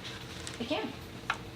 The beauty of the in-vessel digester versus the batch system, the garage, they both produce the same stuff. But the beauty of the in-vessel, it can be sloppy, it can be thick, it can be a variety of different consistencies and still function well. It will produce different amounts of gas. Now, the reason for the questions, if you're adding wood waste to it, now you've got another waste that you're injecting into it, so no longer are you doing 25,000 tons of food waste. You've got mixed in there with it. But 25,000 tons a year of food waste, and you work 286 days a year, so you're going to have about 87.5 tons per day going through that facility. Picking up not just food waste on a truck, you're looking at 7 to 8 trucks a day, maybe 9, depending on, if you're looking at roughly a 10-ton a load. So when you break it down to that, and you actually get Rutherford County restaurants and those, we don't have it. If you take the amount of trash that we actually control, we've got less than half of what you need of food waste if you got it all separated out. So you're going to have to get in the industrial area like you said. Yeah. But you're going to have those routes designated. So you're looking roughly 2,500 truckloads a year, but anywhere from 7 to 9 a day. Yeah. 5.5 days. It depends on, how you're going to look at the size of trucks, because if you're just looking at a 10-ton truck, that's going to be really small for what they would be collecting from Every other truck places. is getting harder to get on the road. It's true. Yeah, you're right. So this does operate 365 days a year because it operates on the weekends. This also, you don't want woody waste. Woody waste is better in a mulch facility. That's the highest and best use of that waste stream. This waste stream is the food waste. Now, yes, in Rutherford County, you've probably got about 300,000 tons a year of what would go into this. And that's because we're considering industrial, commercial, and institutional. So look at the hospitals, the nursing homes. There's significant amounts of waste that comes out of there, and it's all going to landfill right now. So of that 75-mile radius from 840, 852,000 tons, and that's not counting residences. So there's significant waste right here in this county. It's just getting people on board to start diverting it. And that takes time. So yeah, you do rely on the institutional, commercial, and industrial. It's what gets a project up and going such that you have a quality facility to use. And Commissioner Cush mentioned how often it would be serviced. Life of a cycle is roughly 5 to 7 days. So you're gonna have to do it less or more often than once a week. Once the flies and What are you saying? the flies, hatching of flies and attracting. So you're gonna have to dump it more often than they can hatch. So it's not, so it's all in vessel. So But this at the is, source. yeah, so the source. So it gets washed through daily. As it gets pulled out, it gets washed through. And so all your effluent then is captured. And it's not like exactly what you saw in California, because this is going to go into a bunker and it's going to have a claw come down and feed it. And then it goes through a sorting system so that we know that there's no contamination. We pre-sort, post-sort. I'm talking about at the collection point. Right. At the right. restaurant. Oh, at the restaurant. You're gonna pick it up at the restaurant at least twice a week. All right, so this is interesting. So I own a restaurant. I've owned restaurants off and on for 25 years. When I first called the director of public works at San Francisco and said, how'd you get this going? And I said, it seems really gross. You've got all this food waste sitting out there. He's like, well, where'd you put it before you separated it out? And I'm like, well, in the trash. He's like, and what was it doing? Sitting out for the week? Yeah. Now you're just separating it. It's sitting out for the same amount of time. So I have food waste at my back door at the restaurant. I get it picked up once a week, even in the summer. There's good practices that they need to learn. So the good practices are, you have paper towels, those go in your food waste bin. Guess what then does not happen? Maggots don't grow. You have any other woody waste in your kitchen, that goes in, and we do. I mean, we have, a lot of restaurants have little gardens. Anything that you're plucking out of the gardens, the fresh flowers or the, all of that goes in, and you don't have maggots and you don't have flies as much. We also throw a little bit of lime on top, and that's not bad for the digester. That's actually good, and it kills the smell. There's ways to manage things properly, and they just need to be taught how to do it. We can do it the old sloppy way, but I don't know if anyone's ever cleaned out a dumpster that's been sitting in 100-degree heat, but that requires more than just a face mask. Yeah. What about the people in the county? Will they be given bins, and will their organic material be collected also, or do they have to take it somewhere themselves like they do now to whatever those things are? The convenience center? Yes. So the hope is that if we were to start wanting to divert organics as a county, that green bins would become part of your pickup system. So you'd have a landfill bin, a recyclable bin, and a green bin. That's probably not going to start right in the beginning. It takes education, and that would be something your public works department would take on in conjunction with the processing facility, so that everyone's working with the same message and the same information. That would be costly, even more cost to have to go through the county, right? And pick it up in a sealed truck? Well, it's going to be a cost to dispose of the waste. Yeah, definitely. It's more costly than just dumping it, and putting it in the landfill. But it's also, do we want to create a landfill to put our waste in, or do we want to create something that would process it and not be in the ground ongoing? This will be processed and gone. So we don't need a hole in the ground to put anything in, because we're processing it and it's going off-site as something that's usable. I'm just worried about, am I going to have 3 bins? Which I think is great, because I live in another state that has recyclables. And I'm just wondering, I can separate everything, but who's going to pick it up, or do I have to take it somewhere? That's going to be up to your public works department, but in every program that I've seen across the country and in the world, they come pick it up once a week. Okay. And there's a point where they start picking up your landfill every other week, because that becomes less and less demand, because you have everything. When you start really looking at your waste stream, most everything is recyclable or organics. And the only thing in my house that goes in the landfill is packaging stuff that just really isn't recyclable. You know, that cellophane kind of stuff on the outside. And, yeah, yeah. I mean, I try not to buy anything that would have styrofoam in it in the first place, but you never know when you open something up. We'll finish up with a question from Mayor Ketron, and then we'll move on. Okay. Mr. Broussard, this is not the be-all to end-all. I think we've discussed, the commission's discussed, that in order to handle our waste stream in the future, it's going to take this, it's going to take recycling, it's going to take recycling type facilities like we saw in San Jose. It's going to take every other type of form that we can see, and that's what we're trying to do, is put everything on top of the table. So Cindy came to the office a week or so ago, and she had identified 3 different pieces of property that the county owned. Unfortunately, 2 of those, she thought the Rutherford County owned them because it said Rutherford County at the Register of Deeds office, but that was owned by Rutherford County Consolidated Water Utility Board. So the one piece that was identified that she saw that we own, which the infrastructure is already there, we own 20 acres down on Singer Road, back where you want to put your garage.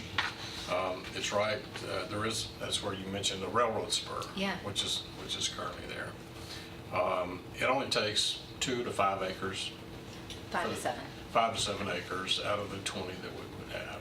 Okay, so you got Florence Road, you got Singer Road, and you've got Murfreesboro Road, so you have good access for the trucks to come there. A couple of weeks ago, I was at the State Museum fundraising event at the State Capitol, and ran into a gentleman who I had worked with over the last several years, Eddie Davidson. He's a lobbyist for Piedmont Gas Company. Eddie approached me. I carried several pieces of legislation when I was in the Senate on CNG, you know, trying to bring legislation for compressed natural gas, et cetera. So he represented the energy industry.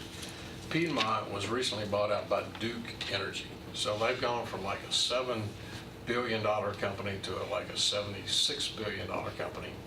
And when he came to me, he said, you know, now we are who we are. We're looking for new opportunities, and we've heard what Rutherford County is wanting to do and moving forward. He said, we have a lot of grant opportunities that we want to partner with communities in order to capture that methane from recycling, from the garbage, et cetera. And I said, well, it's interesting that you say that, because we just identified this piece of property that we have, and it was Piedmont's pipeline that is within about 150 yards, maybe 200 yards. About 200 yards. Of this piece of property, is now owned by Duke Energy. So the methane that could be captured from this facility is within 200 yards max of that main pipeline that comes through our county. So it's already there in order to capture that methane. The day when Middle Point closes, ladies and gentlemen, in 6 years, 8 years, 9 years, whatever it may be, and that could be 2 years, depending on if they wanted to speed it up and bring in more trash, it shortens the amount of airspace, okay? So whenever that may be, the day of throwing away your trash for free is going to be over. And so it's, Commissioner Blair, I spoke earlier about being bold. And for this county to, if our goal is to be the first county in the state to have zero waste, to be a zero waste community, we have to think outside the box, and where's our waste going to go? Every citizen in the future, just like they're already doing in California, you know, and that's a tree-hugging state, but however, it's coming here. It's coming here, and it's already here, and we have to pay. Every citizen is going to have to pay for throwing away their trash. And there's going to have to be some teeth into whatever ordinances or resolutions that the county governments pass for those who don't want to play by the rules. They're going to have to pay hefty fines. because it's getting more and more expensive. And for us to start trucking, we were in Clarksville last weekend. Mac and Steve and I went up with the County Mayors Association, and Becky, you were there representing GNRC at the landfill in Clarksville. Fortunately, they back up to Fort Campbell and have a little bit extra room, but right now they're making 8-9 years max on their landfill. The cell that they have constructed. Their cell now, but they do have an option on another cell. They have land that hasn't been permitted, and they're in the process of getting Sure. permits. And it'd be easier because it backs up to the federal property to get a permit than what it would be for anybody to get a permit in Middle Tennessee. We've got to start thinking outside the box. How are we going to handle it? What's the cheapest way to do it? When we looked at the gasification, we were looking at $400 to $500 million like they have down in Huntsville to put in a plasma gasification processing plant. If we were looking at composting like we saw in California, we're looking at 30 to 40, maybe $50 million, or what we saw in Sevierville. That's a dirty type composting facility. So if we want to start small and then grow into it, this is an easier way, and not for profit, that already, if TDAG has already given SEMA's not-for-profit organization, you already have $1 million. A little over, right? yeah, from them. And for you not to have any facility for TDAC, our state government, to give you $1 million, that's how much they believe in this process. That says a lot. So this committee has got to make some tough choices of what direction. Otherwise, we're going to be sitting around here talking about it another year from now, and nothing's going to happen. So I challenge this committee, the Public Works Committee. We've got to be bold and take that big step forward. And whatever direction we go, if you want to put it out to bid, whatever we do, but here's an opportunity that we put on the table tonight for you to consider. Thank you, Mr. Chairman. Seema, thank you. Thank You you. have any closing? No, other than I would encourage any of you that have further questions about maybe the organization or me I will give you references back 47 years. Okay. All right. So, I mean, truly, because I think one of the biggest things that you're doing is you're partnering with character. Yeah. And what's going to happen as you move forward. Okay. I would ask that you prepare some financials for us. Send them to the mayor. Mayor can disseminate to this committee.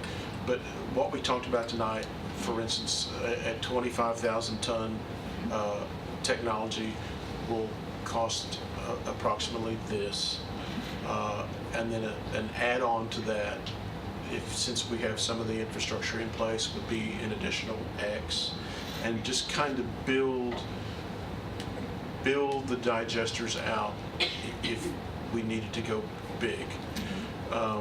I also want you to then address Mac's question or comment about, with our current waste stream based on a 30% organic intake, we may not have enough to fuel the 25,000, so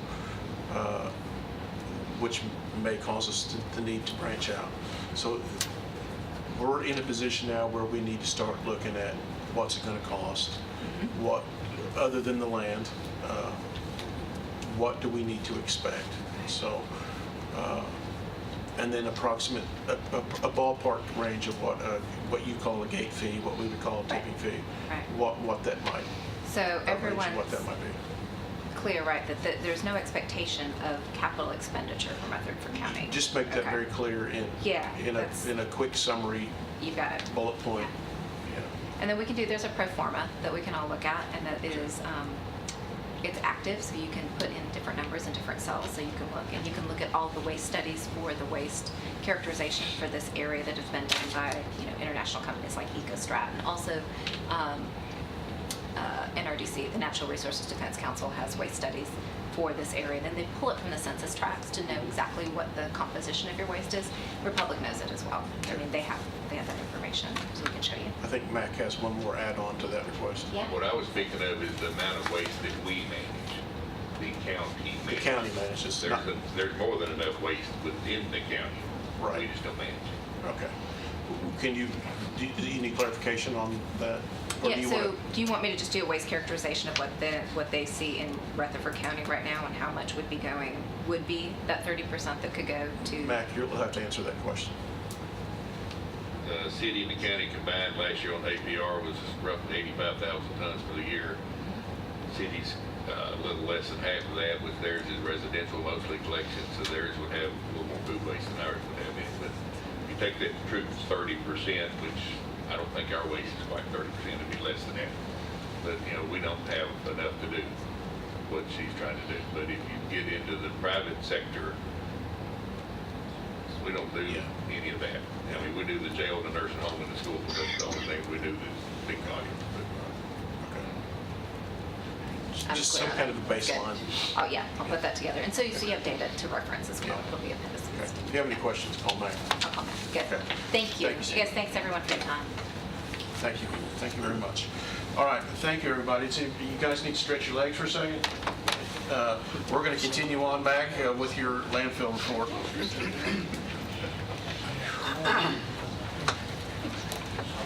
I wouldn't tell you what Tanya told me, but I can't say that on television. Good report, Seema. Thank you very much for adding that in. We have a problem. We've had the problem for a long time, and as the mayor said, we've got to start addressing some things. I don't have the answers. I'll help answer with what we manage, what the numbers I know, but as far as statewide, I can get the numbers, but I just don't have those. Landfill report, we're a little bit slow. It's a short month, a little bit of a rainy month as well, so landfill activity wasn't a whole lot. Reminder that we're just taking brush and tires. July 1, everybody pays. We're already getting some phone calls for that, and surprisingly, our amount of tire collection at the centers has increased. People have read the signs. If they've got them at home, they're trying to get them to us before they do, which I don't mind. I do the same thing. Convenience center, recycle center side, they have remained busy. They have not slowed down a lot. I haven't ran numbers in a couple of years, but 2 years ago, for the previous 15 years, we averaged 3.03% increase in trash per year, which is a 45% increase over a 15-year period. Population has increased. That's part of it. Recycling has increased. That's what's helped keep it down. And we also don't take brush in the centers anymore. We haven't for a long time. So all those factors are coming together. But we are staying busy. Met with Director Spurlock and Mr. Lee at the school board a couple of weeks ago. We talked about contamination in the trash. And Mr. Spurlock asked the right question. Sometimes you just get down to the point. He said, we can't do it all. What can we do first that makes the biggest bang for the buck? I said, get the trash back to the recycling. He said, okay. So that's the road we're headed down. So that's, and that's the big step, but we've still got to work with our residents in our centers doing the same thing. But, and I appreciate him talking with me because he's wanting to help. But he's got a bigger ship than I do, so it's going to take him a little bit longer to get his turn. They've got 3 new schools coming on board. This county has 2 and the city has 1. So that's going to change a lot of what we do. In our budget, we're requesting for another front loader truck just to get ready for that. If composting is going to be our future, maybe that front loader truck is going to be a different front loader truck. The one that I believe Mr. Piercy asked about it last month, it was designed to be a composting truck, which is a different style truck than what we currently have. They look the same from the outside, the inside they were different. What do they cost? The one that we were looking at 2 or 3 years ago now was a little over $300,000. And the thing that what Seema was speaking of, this one, it dumps just like a regular front loader, but instead of having this open screen in the front, it's walled all the way to the top, and the rear door is sealed all the way around. And then the blade, instead of packing just a pushing blade like we currently have that allows trash to get behind it, it's a pendulum blade. So it just swings down, swings back, which limits the size of the container. All your containers would have to be a 6-yard container or less. But if you've got it full of nothing but food waste, maybe all you want. The trucks are rated at 8,000 tons or 8,000 pounds lift capacity. They'll do more than that, but that's the rating. So, but we were looking at that. But City of Murfreesboro, their new fleet of rear loaders, and they've had recently Arkansas came. can't think of the name of the city in Arkansas, it's where the college is, Razorbacks. Fayetteville, yeah. They came and visited because Joey's department is the only one running for garbage trucks what most people would run for compost type trucks. And it actually grinds the waste up into small pieces, and compaction rate is wonderful. Smaller body size on the truck, but then get more tonnage on it because of that. You know, so that type, you know, structure with a front loader truck would do the same thing. And then we've been running our paper and cardboard route that we discussed. We still do not have a billing system, so we've not charged anyone. And currently we've got right at 30 private customers. Very few of them go every week. Most of them go every other week or every third week. But so far we've not had a single bit of contamination in it. You know, so that was the whole point of doing that. So we've got to work toward getting a billing system, but the one that I think is should be able to come up with, we've got to make sure the state's going to be something similar to QuickBooks. Something, you know, just something simple. That's all we're going to need. And then the other thing I had was discussion of future solid waste. We did a lot of that already. We just got a lot of other things that we have to look at. So, any questions on the reports? Any questions for Mike? So far, so good. Is that, Budget amendments. okay. Well, let's make a motion to accept his reports so far. Motion to approve his report. All right, all those in favor? Aye. Any opposed? Thank you. Continue on, Mike. Okay, I have three budget amendments to present to you. The first one is maintenance repair equipment. We use that line item to repair the open top and receiver box roll-off containers. This new route, we've repaired some front loader containers, and we also repair our compactor recycle equipment with that. We think we're going to need a little bit more money to finish out the year for that one, so that's asking for $5,000, and it's coming out of the same budget, different line item of maintenance repair for buildings. Next one's contracts with private agencies, and that's where we pay electronics. We're receiving more electronics than we have in the past, so we think we're going to need another $8,000 to get to the end of the budget year with that. That's coming out of the same budget, but it's the money that we normally would pay waste management. And the reason we have a little extra money there is the contaminated plastic loads are going to the landfill instead of going up there and paying $150 a ton. You know, that's out of the same budget as well. And we're going to run short on diesel fuel. Diesel fuel has gone up, so we're asking for another $35,000, and that's to fuel our trucks. And we had to pull money from the landfill line item for diesel fuel, the landfill line item for equipment and machinery parts, and the landfill line item for fertilizer, seed, chemicals, and lime. But to get that $35,000, so we're not asking for any new money. We're just asking for money from other line items within the current budget. Okay. Any questions on those requests from Mac?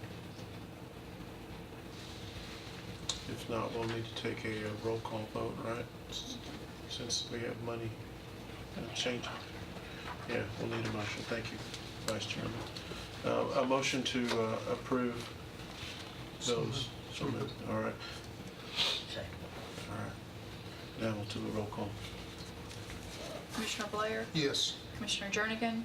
Yes. Commissioner Piercy? Yes. Commissioner Sereno? Yes. Commissioner Rather? Yes. Commissioner Kush? Yes. All right. What else you got, Mac? That's all I have, unless y'all have questions. I like these new chairs.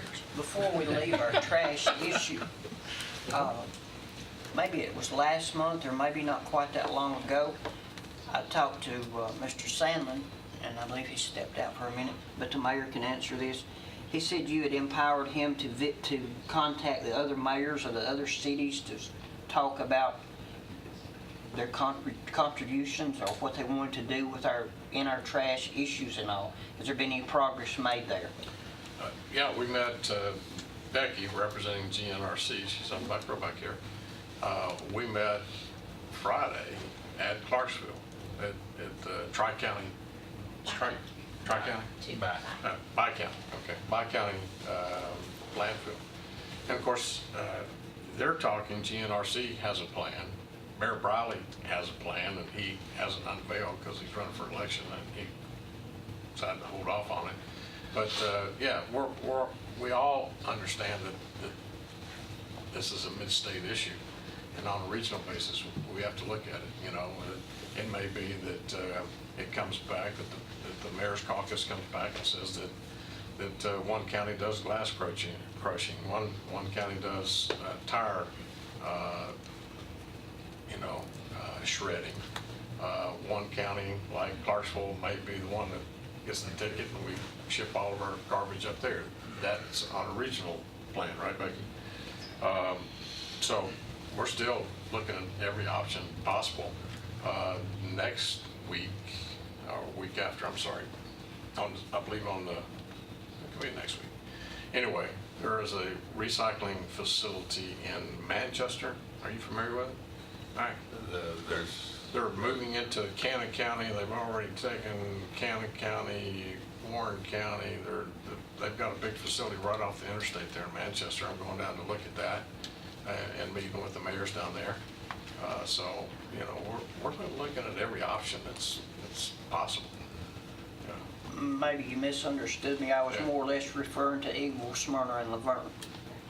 That meeting is being put together for, I believe, next week, for all the mayors and city managers to get together and say, what's our next step?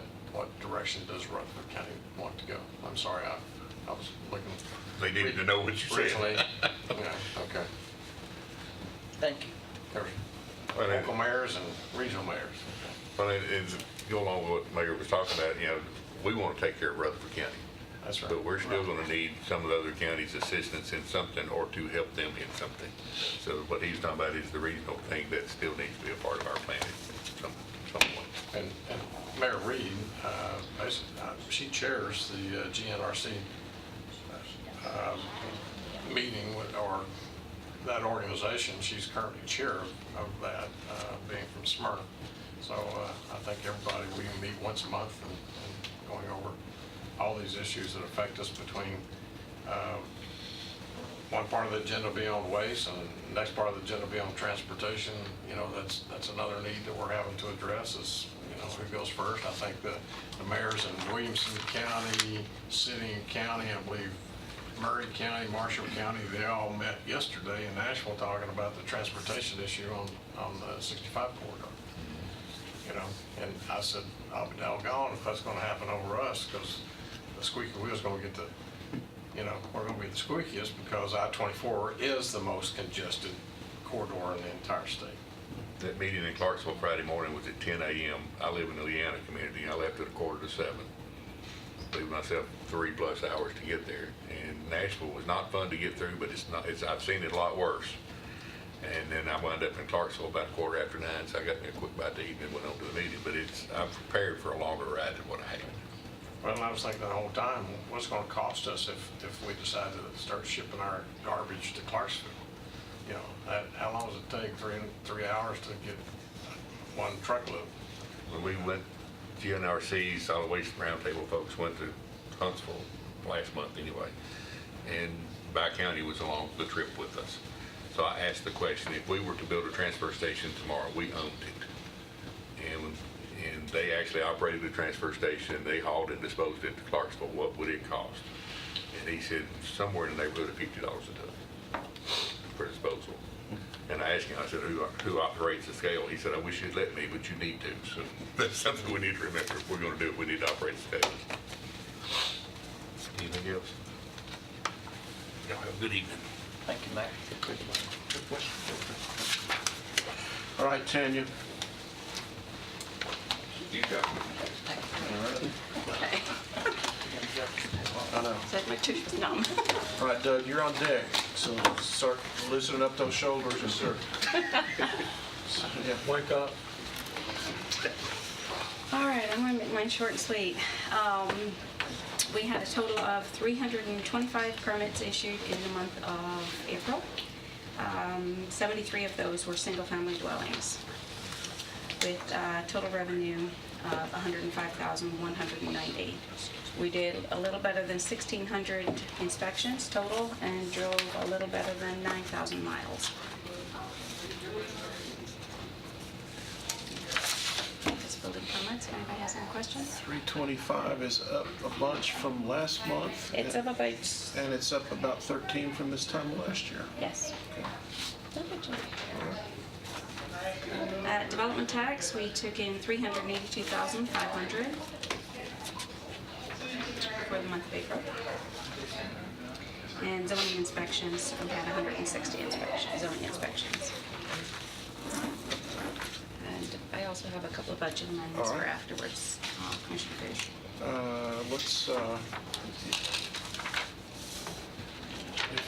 Let's, if you have any questions for Tanya on her reports, let's do that now. And then we will need a motion for accepting her reports into the archives before we go to her budget amendments. Seeing no questions, I would need a motion for approval. All right. And we need a second? Second. And a second. All those in favor signify aye. Aye. Any opposed? All right. Tanya, let's go with budget.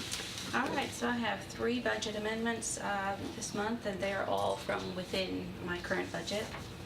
The first one is $1,000 for gas. As Mike was just saying, gas went up, and we're going to be just a tad bit short for the end of the year. So we're going to transfer $1,000 over to our gasoline line item. Another $1,000 into our in-service. As you know, we adopted the 2018 code series this year, and we would like to purchase an online version of our code books. We purchased a full code series for our office and a full code series for the county clerk's office, which we're required by law to keep there. So this $1,000 would be to purchase the online version, which has proven immensely helpful for us over the past years. The third one is $4,200. We had planned on getting a copier this next year, and in looking into it and shopping for it, I found that purchasing a copier outright and paying the minimum maintenance fee for toner and maintenance over the period of a lease period, which is a 5-year required contract, was about $2,000 less to purchase it outright and pay the minimum fee than it would be to lease it and pay a greater fee every month for 5 years. And since we had the money in another line item, I would like to transfer $4,200 to purchase.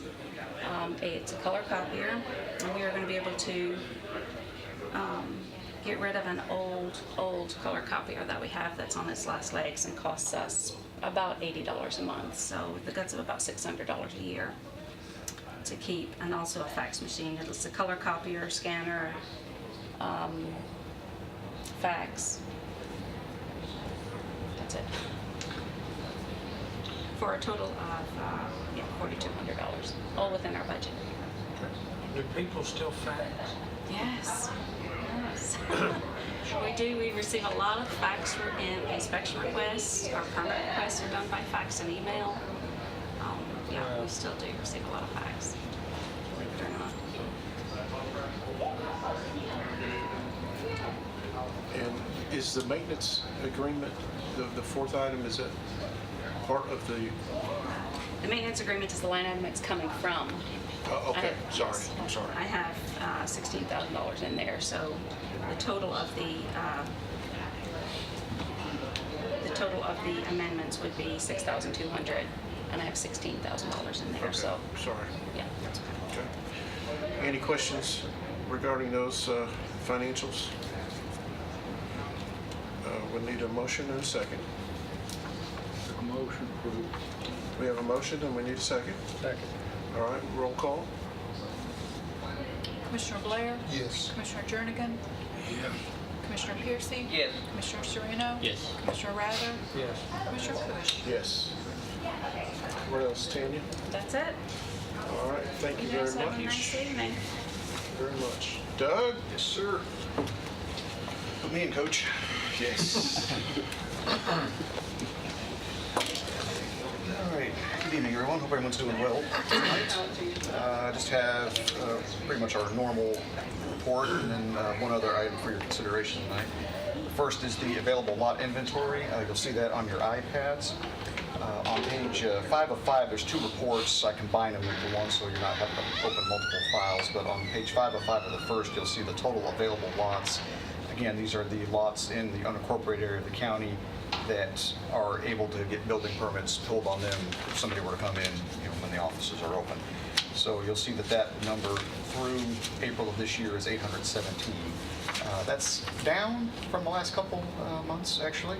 From February, we were up a little over 900, 912. Last month was 874. This month went down a little bit further, 817.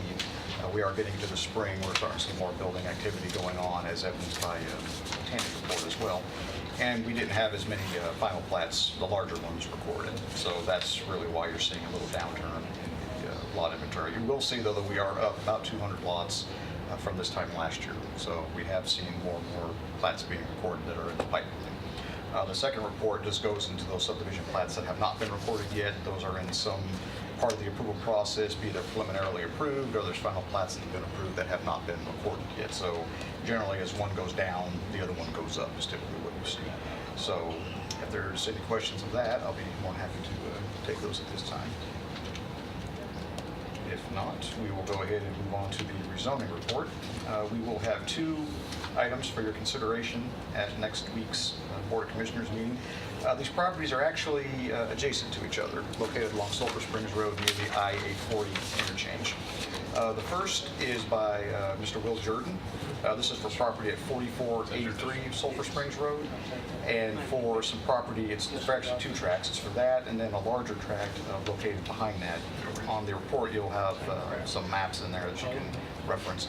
Total acreage they're looking at is right around 16, 17 acres or so is what they're looking at for rezoning 16 and a half acres. The applicant, he is proposing to zone these properties commercial services. This is similar to other commercially zoned property in this area. There are no development plans currently, so he does not have a concept plan. But since the property does adjoin 840 and the property immediately adjacent to that is zoned commercial services, they thought it would be an appropriate zoning for the property. Access to the property would be from Sulphur Springs Road either directly or via the existing frontage roads. These roads are under the jurisdiction of the Rutherford County Highway Department, so they would have to get permission from them for any approvals or anything. These, quite frankly, we would probably require any kind of a traffic study for any development of these properties just because of the location of the interchange where those frontage roads are. Landscaping and performance standards, of course, would also have to be met to county standards. Most of the comments at the public hearing for this regarded the drainage issues on a portion of this property and their potential impact on surrounding properties. You have actually some pictures that were submitted by one of the residents in the area on your iPads if you'd like to look at those for reference. My understanding is those will be referenced by the resident in that area at next week's meeting, so they'll be available both on your iPads as well as for the projector on the big screens. So, but those pictures are on there, just showing there's a spring on adjacent property that flows to a larger sinkhole on this property that they're talking about. But again, no development plans right now, but it is something to be aware of. We also discussed some concerns where one of the applicants, one of the residents in the area thought the property was going to be used for, speaking of solid waste, as a transfer station. We did explain to them at that time that that zoning would not be appropriate for that kind of use. That's really more of an industrial use and would not be allowed commercial services. After this discussion regarding these issues, the Planning Commission did vote unanimously to recommend approval. The second property is, again, it's immediately adjacent to these properties that we are just discussed. This is at 4473 Sulphur Springs Road. The property is about 2.5 acres or so. I won't go into a lot of the information because it's pretty similar to what we just discussed. They're asking for the same zoning. They actually are looking at the possibility of a convenience market gas station on the property. Of course, if this is approved, that would require site plan approval from the Planning Commission. Not much discussion of this at all. Again, most of it was focused on the drainage of the property and the sinkhole drainage systems in that area. And again, we did explain, similar to the last application, any development plans would have to be approved through the site plan review process where our requirements would have to be met. Again, after discussion in the public hearing, this was also approved by a unanimous vote, recommended approval by a unanimous vote. So those are the two rezoning hearings that we have for your consideration. There was a third public hearing that will not be brought before you. This was regarding some property on John Bragg Highway. At the end of the public hearing, which was a very lengthy public hearing, the applicant withdrew the request and has since even withdrew the portion that was going to go to the Board of Zoning Appeals. So that application is pretty much gone at this point. So you'll just have the two next week. again, I'll be happy to answer any questions.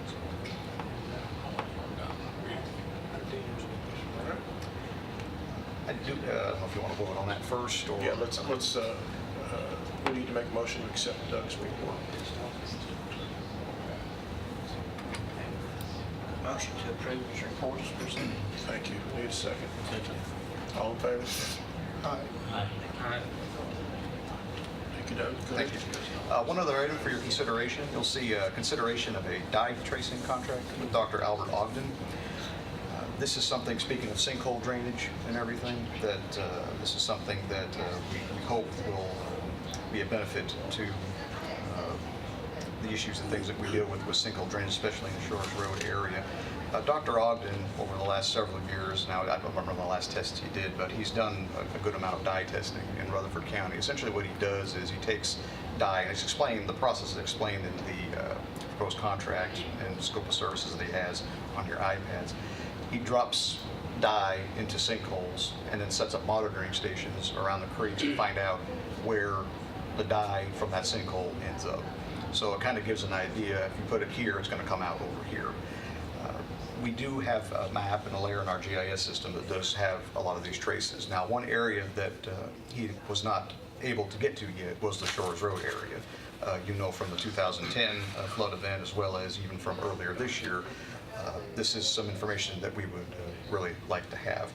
This is something he actually proposed back in 2014, was not taken up at that time, but now we would like to take him up on this.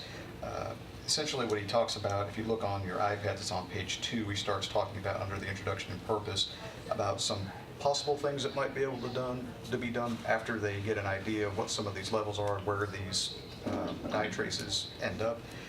Something else that he is proposing in this is also some well monitoring, which there may be some existing wells in this area where you can figure out what these levels are in dry season and in wet seasons. So get an idea of how much the water table is going up and down, if there's any potential at all for some sort of, I won't say sinkhole repair or improvements, but ways to maybe help with the drainage in that area. I do want to be clear, this is not going to solve the issues out in that area, but any information that we can have as we look at these kind of issues is helpful for us. So what he is proposing is, and if you look at, it's almost the last page of actually it's the page right before the last, page 8 of 9. They are looking at, his budget is almost $16,920. This is actually something that we can take out of our existing budget. We have money right now in our consultant line item that we were going to use toward the start of the long-range transportation plan, excuse me. We haven't done anything with that because we've kind of rescoped it, and we've actually put money, proposed to put money into next year's budget. So we're going to combine that with hopefully a comprehensive plan update moving forward. So there's some money in this budget right now that we're not going to have to move any money. We'll be able to take it right out of that line item. So what we're asking for tonight is just the approval of this. Of course, I'll have to go to the county commission and also to authorize the mayor to execute the contract. This would be about a year long because he has to go through dry and wet seasons. Mr. Chairman. Sure. Mr. DeBasi, I think when we talked about this, I think we were looking at a lot of some of that underground flow coming underneath that kind of hill range between Rockville and Mr. Burgess's farm coming 96 that drains on to Shores Road. Is that still the direction we're looking at? It would still be that general area. Now, I don't remember if it was going to be as far south as that. Now, we can talk to Dr. Ogden about, kind of fine tuning that. I think in our discussion that I had with you and Michael is with the development of that 500 acres, if Mr. Burgess develops that and the city does a soccer park across the road, and if a lot of that watershed is going that way, or the underground pipe system, so to speak, of the aquifers, I think that would be advantageous. Yeah, and I think, yes, sir, I agree. And I think we can work with Dr. Ogden as far as where he wants to do those dye tests. Yes, sir. Okay. So he'll have a clear picture of the future development that's going on out there. Yes. Okay. We'll make sure we bring that up to him so he knows. Yes, sir. Yes. Commissioner So Rather? this, what he's doing is this going to show county-wide, or is he just doing this? He's looking at this area. He's looking at this particular area. Yes, sir. A lot of the other, correct me if I'm wrong, most of the other parts of the county have already been dye tested. There, yeah, we have a Over- map, over- right, over there's a big chunk over of it. decades, Yes, yeah. sir. But that's if anybody's not ever seen that map, it's worth a trip up to Doug's office to look at that map. I went and looked at it after this last big rain event, and Mike was showing me around that, and I was amazed because, you know, there's a sinkhole here, and it could cause it to flood 3 miles down the road, the water that's coming in, because we're sinkhole-filled county. So, but I understood that dye test was done like many years ago. He's And- done them over the last 20 or so years, I Yeah, would say. so, wouldn't it be safe to say things have changed?